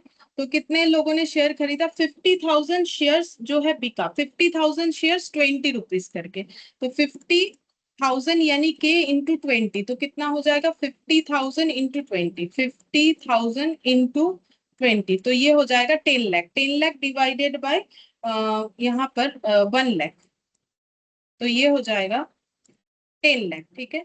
तो 10 लाख हो जाएगा। अच्छा, फिर यहाँ पर जो जितना रिवर्स होगा, employee stock option, employee stock option, इसको क्या बोलते हैं, employee compensation outstanding, employee stock option outstanding, ठीक है, employee stock option outstanding, employee stock option outstanding account debit हो जाएगा to equity share capital to securities premium, तो इक्विटी शेयर कैपिटल में 50,000 शेयर्स 10 रुपीज करके, तो 50,000 यानी 50 के बाद 3 जीरो और ये 4 जीरो, तो मतलब 3 और 1 4 5, मतलब 5 लाख हो रहा है, ठीक है, ये 5 लाख हो गया। और जो प्रीमियम है वो रिकॉर्ड करना पड़ेगा 50,000 शेयर्स पे, तो प्रीमियम कैसे रिकॉर्ड होता है, यहाँ पर मार्केट प्राइस, और ये जो प्रीमियम जो ग्रांट डेट पे प्रीमियम डिक्लेयर हुआ था, तो मार्केट प्राइस उस समय था 30 माइनस 20 कितना हो जाएगा, 10 हो जाएगा, ठीक है। तो 10 इंटू 50, तो अगेन ये हो गया मेरा प्रीमियम, कितना हो रहा है 20, सॉरी, प्रीमियम तो मुझे फेस वैल्यू माइनस करना चाहिए, हाँ, तो ये 10 हो जाएगा, ये वाला 30 ठीक लिखा है, ये 10 हो जाएगा, तो 10 माइनस 30 कितना हो जाएगा, 20, 20 इंटू 50, 10 लाख, ठीक है। तो यहाँ भी 5 लाख आएगा, तो इसका मतलब यहाँ पर 5 लाख आ जाएगा। अब 5 लाख कैसे आ रहा है, तो 50,000 शेयर्स पे जितना हम लोग जो लॉस रिकॉर्ड किए थे, जितना हम लोग रिवर्स करेंगे, जितना एक्सपेंसेस, तो हर एक केस में एक्सपेंस कितना रिकॉर्ड था, तो कंसेशनल रेट कितना हो गया, तो हम लोगों ने 30 का शेयर 20 में देने का बात किया था, तो कंसेशनल रेट था 10, जो मेरे एग्जाम्पल में वहां पर 75 करके आया था, वो यहाँ पर 10 करके है, ठीक है। तो 10 इंटू 50, तो ये 5 लाख हो गया, ये वाला इंक्रीमेंट, ठीक है। अब जाके हम लोग बाकी एंट्री को कंप्लीट कर सकते हैं, क्योंकि यहाँ जो डेटा अवेलेबल है ना, उससे एक जगह से लेने जाओगे तो दूसरे जगह कम पड़ जा रहा है। ठीक है, तो क्योंकि हमें सेम डेट पे सारा चीज बोला है, तो फिर उस वो एडजस्ट हो जाएगा। जैसे कि देखो, यहाँ सिक्योरिटीज प्रीमियम हमारे पास आया, यहाँ पर प्रॉफिट ऑन कैंसिलेशन के बाद हमारे पास जो है वैल्यू बन रहा है। तो अब हम लोग सीआरआर जो है एंड में भी बना सकते हैं। ठीक है, तो फिर हमें कोई इशू नहीं होगा। तो अगर हम लोग टोटल सीआरआर एक बार में बनाते तो भी चलेगा, क्योंकि जब ऐसा करने जा रहे हैं तो प्रॉब्लम हो रहा है। तो इससे अच्छा है कि हम लोग टोटल सीआरआर को एक ही बार में बना देते, ये सारी चीज ट्रांजैक्शन होने के बाद।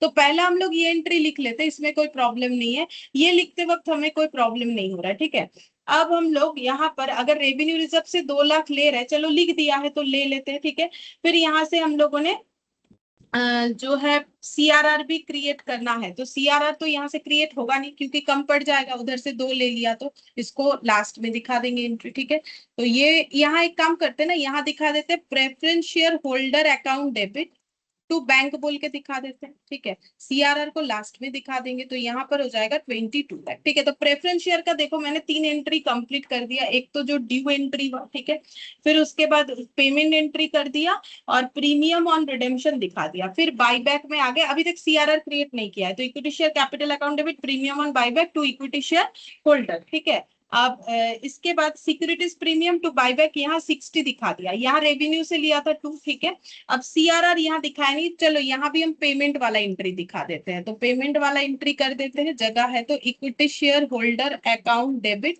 To bank. टू बैंक ये हो गया मेरा 90, और इधर भी हो गया मेरा 90 lakh equity share holder account debit to bank. अच्छा, अब ये जो है डिवेंचर वाला एंट्री हो गया। अच्छा, अब बचा क्या, सिर्फ बचा है हम लोग का ये सीआरआर बनाने का। ठीक है, तो यहाँ पर लिख देते हैं 2 CRR। कितने का सीआरआर बनेगा, 50, और यहाँ से 20, और यहाँ से शेयर का हो गया 30, टोटल 50 का सीआरआर बनेगा। ठीक है, अब कहाँ से बना सकते हैं, तो देखो, रेवेन्यू रिजर्व मेरा फ्री रिजर्व है, उसमें देख तो हमारे पास 50 लाख, तो कितना पड़ा हुआ है, 48 लाख। अब जब हम लोगों ने प्रॉफिट ऑन कैंसिलेशन किया, तो उस केस में हमारे पास 0.20 और आ गया। ठीक है, 0.20 लाख। ठीक है, तो ये 0.20 लाख मतलब कितना हो जाएगा, देखते हैं। 0.2 लाख इंटू तो 20,000। ठीक है, और यहाँ पर बन जाएगा ना इतना, देखते हैं, बनना तो चाहिए। 50 लाख है, 50 लाख है। ठीक है, यूज कितना किया, 2 लाख, 48 लाख आया, 48 लाख। अच्छा, अब ये हो गया 20,000, 48 लाख 20,000। तब तो सीआरआर नहीं बन रहा, नहीं बन रहा, बन जाएगा, ऐसा नहीं है कि नहीं होगा, बट ये एंट्री, ये जो सिक्योरिटीज प्रीमियम जो 10 है ना, उसको यहाँ लेना पड़ेगा, नहीं तो कम पड़ ही जा रहा है। कहाँ से बनेगा, क्योंकि फ्री रिजर्व से ही तो बनना चाहिए ना। तो फ्री रिजर्व से बनाने के लिए तो हमारे पास इतना अवेलेबिलिटी नहीं हो रहा है। तो फिर ये जो रेवेन्यू रिजर्व यहाँ पर यूज कर रखा है ना, ये देखो, हमारा रेवेन्यू रिजर्व क्रिएट होने के बाद भी ये बन नहीं पा रहा है। तो इसका मतलब मुझे ये सिक्योरिटीज प्रीमियम यूज करना पड़ेगा, ये जो इशॉप इशू करके जो आया। ठीक है, नहीं तो कैसे बनेगा, जो अमाउंट दिया हुआ है ना, उसके हिसाब से तो बन नहीं पा रहा है, जो कैलकुलेशन यहाँ पर दे रहा है। कैसे बनेगा, पॉसिबल नहीं। सिक्योरिटीज प्रीमियम जो है ये यूज करना, सिक्योरिटीज प्रीमियम। ठीक है, तो इसका मतलब ये जो प्रीमियम जो है, इसका भी एंट्री अगर हम लोग एक साथ करें लास्ट में तो सही रहेगा। तो premium on redemption of preference share और premium on redemption of buyback. ठीक है, ये दोनों के लिए जो सिक्योरिटीज प्रीमियम है ना, वो यहाँ से जो 10 है उससे अवेलेबल हो जाएगा, नहीं तो सीआरआर नहीं बन पाएगा। तो ये एंट्री तो मैंने पहले लिख दिया, आप कितना काटे, ठीक है। तो एक काम करते हैं, इसका एंट्री नंबर बदल देना, ठीक है। मतलब तुम लोग इसको एंड में लिखना, क्यों? क्योंकि पहले तो पता नहीं चल रहा है ना कि जब हम लोग एंट्री कर रहे हैं तो यहाँ पर जिस तरीके से हमें डेटा अवेलेबल है उससे तो ये बन नहीं पा रहा है। तो अगर हम लोग रेवेन्यू रिजर्व यहाँ 2 लाख ले लेंगे तो वहां सीआरआर नहीं बनेगा। तो एक काम करते हैं कि जो बाईबैक हुआ उसके वजह से जो सिक्योरिटीज प्रीमियम जनरेट हुआ, अगर हम लोग वो वाला यूज कर लेते हैं तो फिर हम लोग का ये इशू खत्म हो जाएगा। तो यहाँ ऑटोमेटिकली जो 2 लाख का कमी हो रहा था वो बैलेंस हो जाएगा, ठीक है। तो यहाँ पर हम लोग का आ जाएगा सीआरआर जो बन रहा है, इसका एंट्री हम लोग का हो जाएगा revenue reserve account debit to CRR, ठीक है। तो ये सीक्वेंस थोड़ा सा इधर उधर करके लिखना पड़ेगा, ठीक है। बाकी कंसेप्ट वही है। डेटा हमें जैसे दिया है थोड़ा कंफ्यूज करने के लिए, उसके हिसाब से अगर देखा जाए तो फिर क्योंकि रेवेन्यू रिजर्व कम पड़ रहा था तो इसीलिए मैंने ये सिक्योरिटीज प्रीमियम से कर दिया, जो कि हम लोग का ये सिक्योरिटीज प्रीमियम से लिया गया है, ऐसा हम लोग मानेंगे, ठीक है। अच्छा, अब हम लोग बैलेंस शीट बनाते हैं, चलो। Balance sheet of extra limited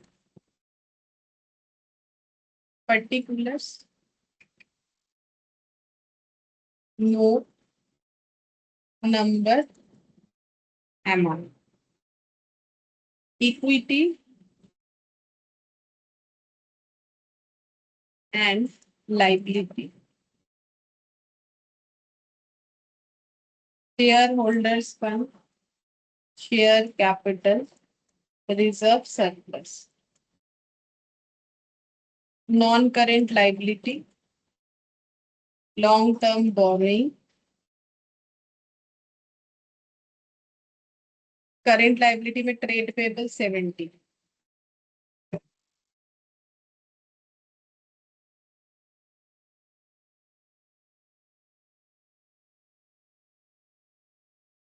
assets, non current asset, non current asset में था पीपीई और non current investment, PPE non current investment, current asset, current asset में है cash and cash equivalent, cash and cash equivalent, और नहीं और कुछ नहीं, ठीक है। तो notes to accounts,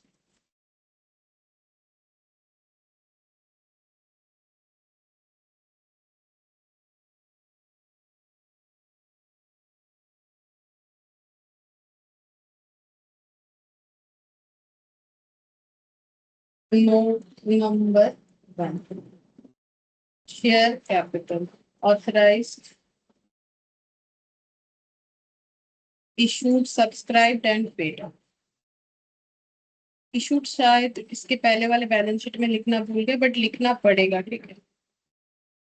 subscribe and called up and paid up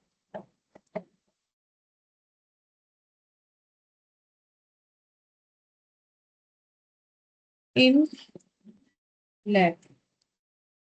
तो देखते हैं कितना शेयर्स था, तो इक्विटी लिखना पड़ेगा क्योंकि प्रेफरेंस तो रिडीम हो गया। तो 10 से डिवाइड करने से हो जाता है 10 लाख। 10 लाख में से बाईबैक हो गया है, कितना नंबर ऑफ शेयर्स बाईबैक हो गया 10 लाख में से 3 लाख, तो 7 लाख बचेगा।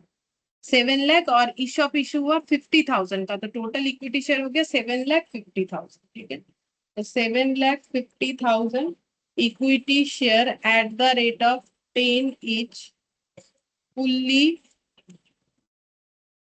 paid ब्रैकेट में after 3 lakh shares buyback and 50,000, मैंने के लिख दिया, ठीक है, शॉर्ट में लिख रहा है 50,000 शेयर्स इशूड एज इशूड। तो टोटल हो जाएगा 10, और ये हो गया 75 लाख हो जाएगा, ठीक है। तो ये हो गया 75 लाख। नेक्स्ट हम लोग note number 2, reserve and surplus.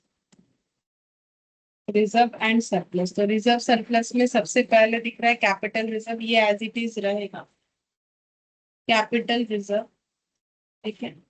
इसमें ऐड कर देंगे। ओ अच्छा, एक चीज यहाँ पर, ये वाला पॉइंट प्रॉफिट ऑन कैंसिलेशन जो था ना, ये हम लोग का जो है इसका नेचर रेवेन्यू नेचर का नहीं होगा, क्योंकि ऐसा काम हम लोग थोड़ी रोज रोज करते हैं। ये थोड़ा सा मैंने गलत बता दिया। ये जो है ये हम लोग का प्रॉफिट ऑन कैंसिलेशन जो हुआ है, तो ये प्रॉफिट जो है ये हम लोग का नॉर्मली जो है, ये नॉर्मली नहीं ऑलवेज ये हम लोग का कैपिटल नेचर का ही होगा, क्योंकि ये कोई डे टू डे का बात नहीं है कि कंपनी अपना डिवेंचर खरीदेगा और फिर उसे कैंसिल करेगा। ठीक है, तो ये रेवेन्यू नेचर का नहीं होगा। ठीक है, तो ये हम लोग का हो जाता है कैपिटल नेचर का। तो ये कैपिटल रिजर्व बोल के आएगा, कैपिटल रिजर्व बोल के आएगा। ये कोई डे टू डे का बात नहीं है। ठीक है, तो फिर ये कैपिटल रिजर्व में ऐड होगा। प्रॉफिट ऑन कैंसिलेशन 0.20, तो ये हो गया 8.20। कैपिटल रिजर्व के बाद है रेवेन्यू रिजर्व जो कि है 50।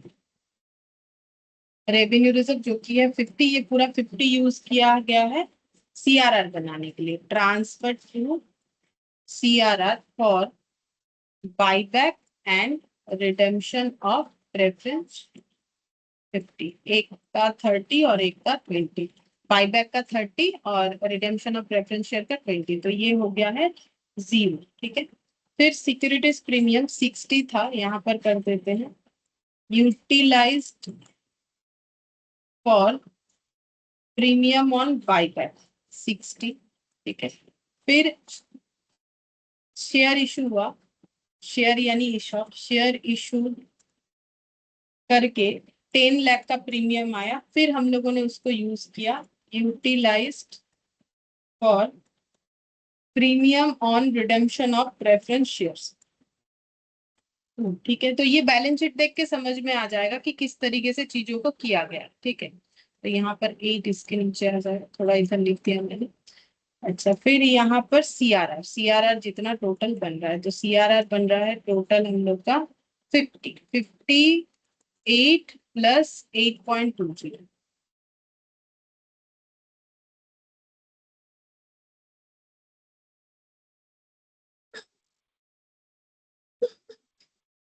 66.20, 66.20, ये हो गया रिजर्व सरप्लस।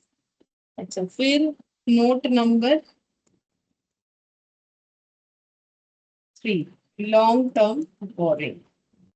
तो लॉन्ग टर्म बोरिंग में क्या है, 10% डिवेंचर, 10% डिवेंचर 4 लाख, जिसमें से लेस कर देंगे cancellation of own debenture, cancellation of own debenture. तो जितना बुक वैल्यू होगा उसी से कैंसिल होगा, क्योंकि बुक वैल्यू पे रिकॉर्ड होता है। तो 2.20 लाख, तो ये माइनस करके आ जाएगा 1.80।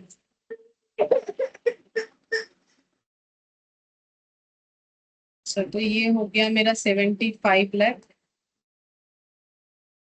अच्छा, फिर रिजर्व सरप्लस हो गया 66.2, 66.2। लॉन्ग टर्म बोरिंग, ठीक है, लॉन्ग टर्म बोरिंग हो गया 1.8, 1.8। और करेंट लाइबिलिटी में trade payable as it is लिख देंगे, क्योंकि उसमें तो कोई चेंजेस था नहीं, 70। अब टोटल लगा लेते हैं एक बार, कितना हो जाएगा, 70 प्लस 75,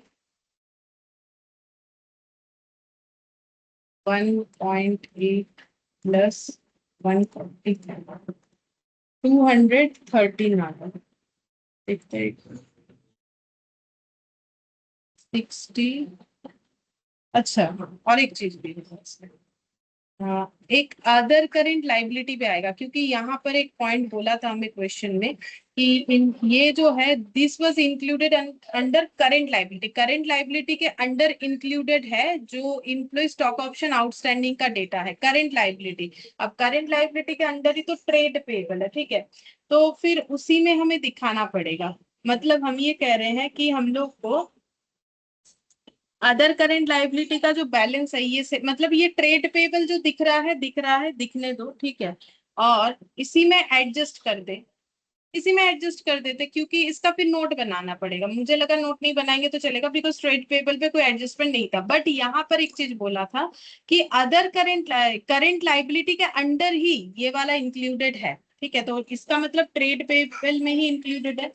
तो नोट नंबर 4, तो यहाँ पर लिख देते हैं करेंट लाइबिलिटी, ठीक है, जिसमें ट्रेड पेबल बोल के बैलेंस है 70, ठीक है, इसमें से माइनस कर देंगे adjustment for employee stock option outstanding, ठीक है, कितना एडजस्ट हुआ, इम्प्लॉय स्टॉक ऑप्शन आउटस्टैंडिंग कितना एडजस्ट हुआ है 5 लाख, ठीक है, तो इतना हमारा माइनस हो जाएगा, तो जो लाइबिलिटी टोटल इंक्लूडेड था उसमें उसको यहाँ से माइनस करने को रहा, तो फिर ये 65 लाख दिखेगा।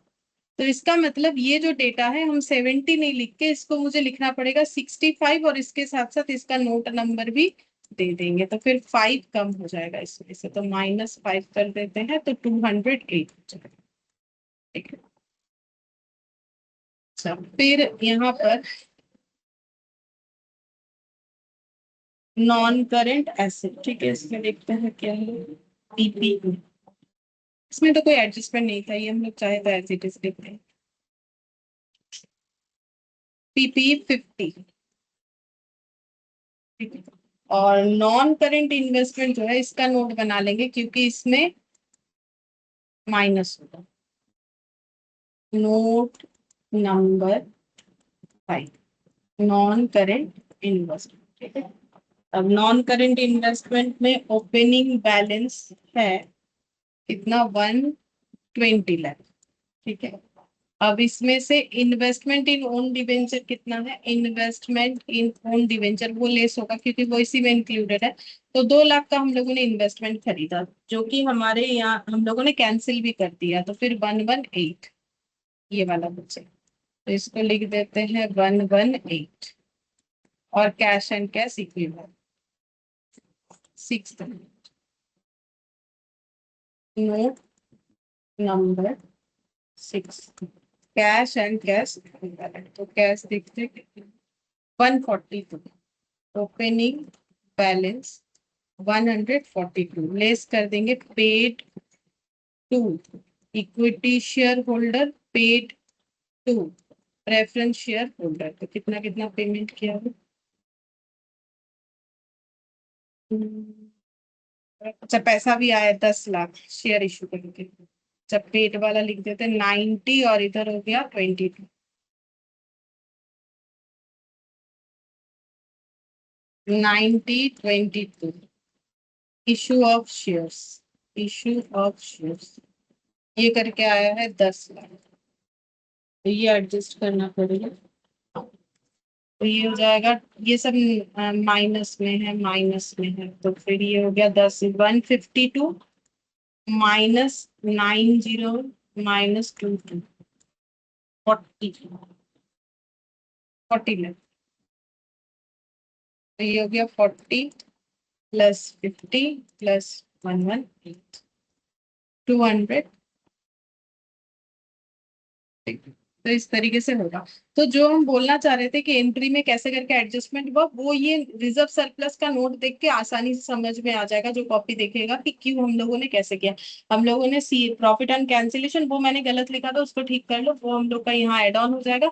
रेवेन्यू रिजर्व से हम लोगों ने पूरा जो रेवेन्यू रिजर्व पहले से दिख रहा था बैलेंस शीट में उससे सीआरआर बनाया, सिक्योरिटीज प्रीमियम से प्रीमियम ऑन बाईबैक दिया, और शेयर इशू करके जो हमारे पास सिक्योरिटीज प्रीमियम आया था उसका उसमें से 2 लाख रुपए लेके प्रीमियम ऑन जो है रिडेम्पशन ऑफ प्रेफरेंस शेयर किया, बाकी सीआरआर जो बना वो बोल।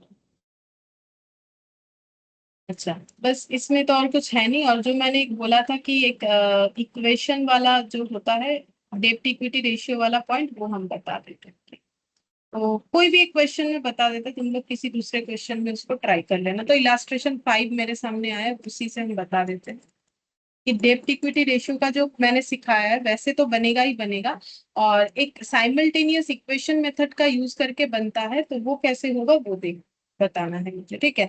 आंसर दोनों में ही सेम आएगा, बस वो इक्वेशन जो है वो कैसे करके बनेगा वो हम बता दें।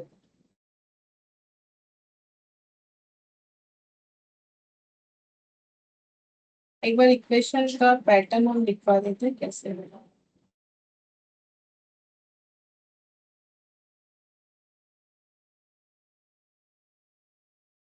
देखो हमें बोला गया है कि डेब्ट इक्विटी रेशियो हमेशा 2/1 होना चाहिए, ठीक है।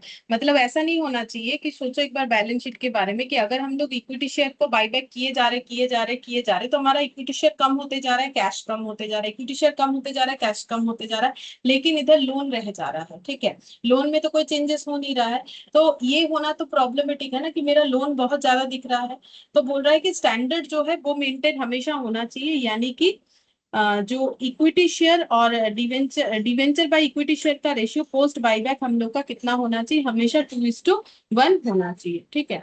अच्छा, अब देखो यहाँ पर हम लोग को जो इक्वेशन फॉलो करनी पड़ेगा उसका हम फॉर्मेट लिख देते हैं। हमें ऐसे लिखना पड़ेगा, let amount of CRR x, ठीक है, और मैक्सिमम परमिटेड बायबैक वाई, ठीक है। यही मानना तुम लोग, इसको एक्स और इसको वाई, ठीक है। जैसे हम बोल रहे हैं वैसे ही कर लेना। इक्वेशन 1, दो इक्वेशन बनेगा तभी ना सॉल्व करके आंसर आएगा।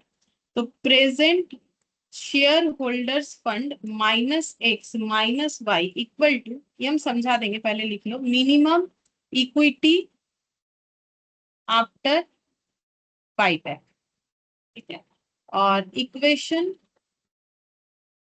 2, y into face value per share divided by buyback per share, buyback price per share, ठीक है, इक्वल टू एक्स। अच्छा, अब इस चीज को हम लोग ये क्वेश्चन से समझते हैं। देखिए, जैसे अगर हम लोग ये वाला क्वेश्चन को ही देखें जो कि हम लोग का यहाँ से हम समझा रहे, देखो हम लोग कैसे करते हैं, हम लोग पहले देखते हैं कि लोन फंड कितना है, तो हम लोग लिखते हैं लोन फंड जो है वो हम लोग का कितना है। लोन फंड है हम लोग का यहाँ 42 लाख, और यहाँ लोन का मतलब डेप्ट का मतलब होता है कि लोन भी होता है और उसमें हम लोग का करेंट लाइबिलिटी वगैरह सब कुछ आता है, ठीक है। तो यहाँ पर है, यहाँ तो सिर्फ 42 लाख ही है, उससे ज्यादा तो कुछ है नहीं, ठीक है। तो यहाँ पर लिख लिया, एक बार लिखना पड़ेगा नहीं तो नहीं समझा सकते। लोन फंड आफ्टर बायबैक भी 42 लाख रहेगा, आफ्टर बायबैक भी रहेगा 42 लाख, ठीक है। फिर हम लोग यहाँ पर लिखेंगे इक्विटी आफ्टर बायबैक, ये कितना होना चाहिए, ये इसका आधा होना चाहिए, मतलब 21 लाख, ठीक है। अच्छा, अब जो इक्विटी बिफोर बायबैक कितना है वो हम लोग लिखेंगे। तो ये क्वेश्चन में बिफोर बायबैक में कितना आएगा, 30 लाख, और ये सारे रिजर्व सरप्लस ऐड हो जाएंगे, तो ये कितना आएगा 30 लाख, और फ्री रिजर्व सारा ऐड हो जाएगा, जनरल सिक्योरिटीज और PL ये ऐड होके हो जाएगा कितना, 42 लाख 50, मतलब 72 लाख 50 आ रहा है शायद। एक बार देख लेते हैं, ये वाला क्वेश्चन में किया हुआ है, ये है इलास्ट्रेशन 5, ठीक है। तो ये ऑलरेडी हम लोग का किया हुआ है, वहां से देख के निकले तो जल्दी हो सकता है। इलास्ट्रेशन 3 इसके बाद ही होगा।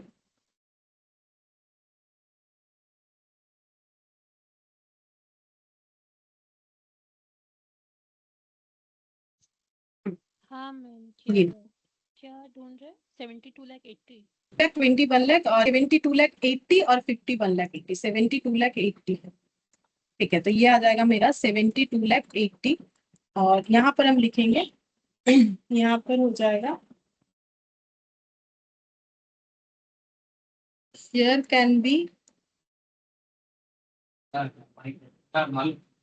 यूटिलाइज बाय बायबैक, हो जाएगा। ये दोनों का माइनस करने से आया था, कितना आया था, ये 21 माइनस हो जाएगा 51 लाख 80, यही आया हुआ था, देख लेते हैं। हाँ मैम। यही आया, ठीक है। 51 लाख 80 हम लोग इतना शेयर होल्डर्स फंड को यूटिलाइज कर सकते हैं, ठीक है। अच्छा, अब इस चीज को अगर हमें इक्वेशन में करना है, इतना तक तो हमें एज इट इज करना पड़ेगा, ठीक है। तो इक्वेशन में हमें इसको कैसे अरेंज करना पड़ेगा, तो इक्वेशन हमें क्या बोल रहा है, देखो बोल रहा है कि एक इक्वेशन ऐसे बनेगा, तो यहाँ तक बना दिया। अब इक्वेशन 1 कैसे बनेगा, पहले तो हम लोग ये मान लेंगे, ठीक है, अमाउंट ऑफ CRR एक्स और मैक्सिमम परमिटेड बायबैक जो है वो वाई हो गया, ठीक है। Maximum permitted buyback value y हो गया, ये रुपीज में ही है, ठीक है। तो प्रेजेंट शेयर होल्डर फंड, तो प्रेजेंटली हमारे पास कितना शेयर होल्डर्स फंड है, ठीक है, उससे हमें माइनस कर देना चाहिए सीआरआर का अमाउंट। क्यों? क्योंकि उतना हमारा सीआरआर कम हो जाएगा। जो मैंने तुम लोग को ये सिखाया था कि एक शेयर पे सिखाया था, जो शॉर्टकट कि एक शेयर जब बायबैक होता है तो शेयर होल्डर्स फंड में कहाँ कहाँ इंपैक्ट आता है। तो फिर nominal value of shares to be buyback से शेयर का वैल्यू कम होता है, शेयर होल्डर्स फंड कम होता है, जो कि सीआरआर की वजह से होता है। तीन जगह पे होता है ना। तो एक तो हमारा सीआरआर की वजह से फेस वैल्यू से कम होता है, एक हम लोग का प्रीमियम पे की वजह से कम होता है, एक हम लोग का फेस वैल्यू से कम होता है। तो यहाँ पर भी वही, यहाँ पर टोटल में कर रहे हैं जब इक्वेशन बनाएंगे। तो शेयर होल्डर्स फंड टोटल जो है, प्रेजेंट जो शेयर होल्डर्स फंड है वो है हम लोग के पास 72,80,000। ठीक है। अब इसमें से हम लोग जितना सीआरआर क्रिएट करेंगे उतने का हमारा वैल्यू कम हो जाएगा। ठीक है, तो वो मैंने कर दिया -x। ठीक है, और -y जो है वो हो जाएगा जितना हम लोग बाईबैक करेंगे उतने से हमारा शेयर का वैल्यू कम हो जाएगा। ठीक है, equal minimum equity share after buyback कितना होना चाहिए। तो minimum equity share after buyback हम लोग का कितना होना चाहिए, कितना रहना चाहिए minimum equity share after buyback? 21 lakh. ठीक है, ये रहना चाहिए।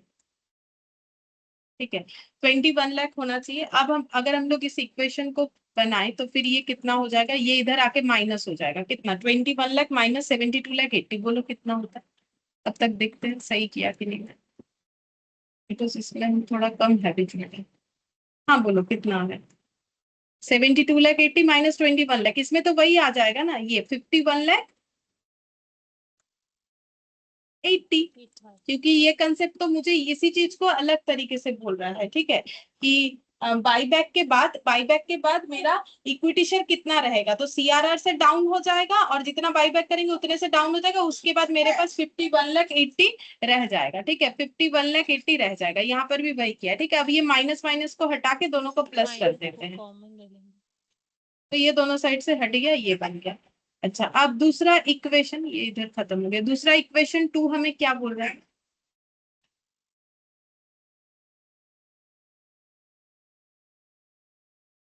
इक्वेशन 2। ठीक है, इक्वेशन 2 हमें कुछ इस तरीके से बोल रहा है, y into face value per share divided by buyback price per share equal to बोल रहा है x होगा। ठीक है, मतलब ये इसका मतलब क्या हो गया, अगर हम लोग फेस वैल्यू ऑफ पर शेयर ले जो कि हम लोग का होता है 10 रुपए। ठीक है, बायबैक प्राइस इस क्वेश्चन में कितना था और मुझे याद नहीं है, 30 रुपीज करके था। ठीक है, और y का मतलब हम लोगों ने क्या माना है, y का मतलब हमें क्या मानना है, y का मतलब हम लोग को मानना है मिनिमम परमिटेड बाईबैक। हम लोग कितना बाईबैक कर सकते हैं। तो देखो, हम लोग जितना रुपए का बाईबैक कर सकते हैं, ये सब रुपीस में है, जितने रुपए का बाईबैक कर सकते हैं कि हम y रुपीस का बाईबैक कर सकते हैं। मतलब हम बाईबैक के लिए इतने रुपए का यूटिलाइज कर सकते हैं। और एक एक शेयर बाईबैक करने के लिए मुझे अगर 30 रुपीज करके देना है तो ये दोनों डिवाइड होने से हमें क्या निकल के आता है पता है? Number of shares to be buyback. क्योंकि हम बायबैक जब करेंगे तो मेरे पॉकेट से इतना जाएगा। ठीक है, एक एक शेयर 30 रुपीज का करके है। ठीक है, तो फिर 30 से अगर डिवाइड कर देंगे तो मुझे ये पता चल जाएगा कि हम कितने सारे शेयर्स बायबैक कर रहे हैं, और इंटू 10 का मतलब उसका नॉमिनल वैल्यू निकल के आ जाएगा, जो कि इक्विवेलेंट टू सीआरआर होता है, जो कि x है। इस इक्वेशन का मतलब ये होता है। ठीक है, अब ये x हो गया, तो इसको हम लोग लिखेंगे y इंटू 1/3, मतलब ये 3x हो जाएगा। ये मल्टीप्लाई होने से 10y इक्वल टू 30x और y इक्वल टू 3x। अब इस इक्वेशन में पुट कर देंगे तो आंसर आ जाएगा y इक्वल टू 3x हो गया। यहाँ पुट कर देंगे y का वैल्यू 3x, तो ये हो जाएगा 4x इक्वल टू 51,80,000। तो x कितना आ जाएगा? 1295।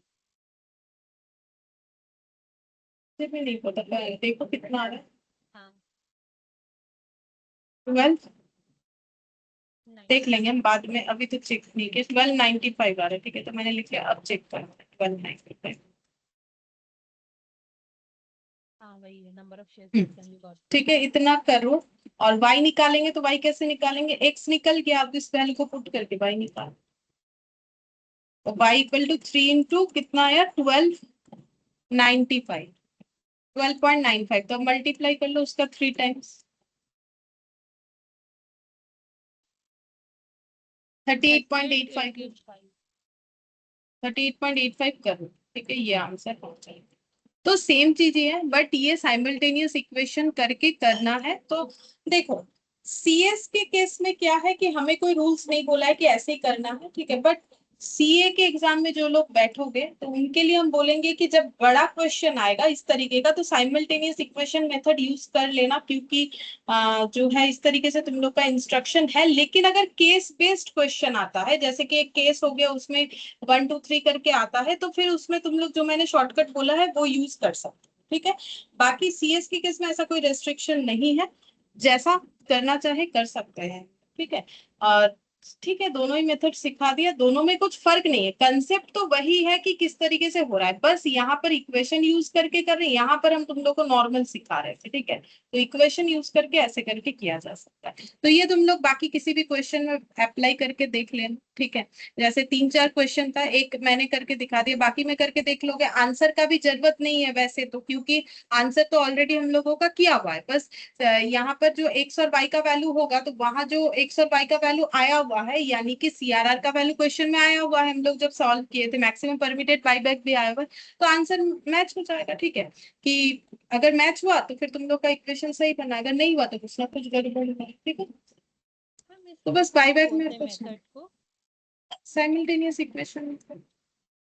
तो हम लोग को ऐसा मतलब बोल के नहीं देगा कि इस मेथड से करो या उस नहीं, मेथड से, किसी को मतलब भी कैसे? बोलेगा नहीं, लेकिन जिनके एग्जाम में जो इंस्ट्रक्शन है उसके हिसाब से, मतलब वो इंस्ट्रक्शन इन द सेंस कि अब इंस्टीट्यूट प्रेफर करता है, अपना अपना इंस्टीट्यूट अपने हिसाब से प्रेफर करता है कि इस तरीके से करो। तो तुम लोग का वैसा कुछ बोला नहीं है, तो तुम लोग कोई भी मेथड से कर सकते हो। लेकिन सीए के एग्जाम में अगर कोई अपियर करेगा तो उनके लिए ये फॉलो करना जरूरी है बड़े क्वेश्चंस के लिए। और अगर केस स्टडीज पे छोटा छोटा एमसीक्यू क्वेश्चन है तो वहां तो कोई सॉल्यूशन देखेगा नहीं, जैसे कि केस स्टडीज क्वेश्चन होता है उनका, तो फिर उसमें कैसे भी करो वो तो कोई देखेगा नहीं, बस आंसर देना है, तो फिर वो शॉर्टकट लेके कर सकते। ठीक है, फिर आज इतना ही, बाईबैक कंप्लीट हो गया। नेक्स्ट हम लोग दूसरा कोई टॉपिक करेंगे। Thank you ma'am.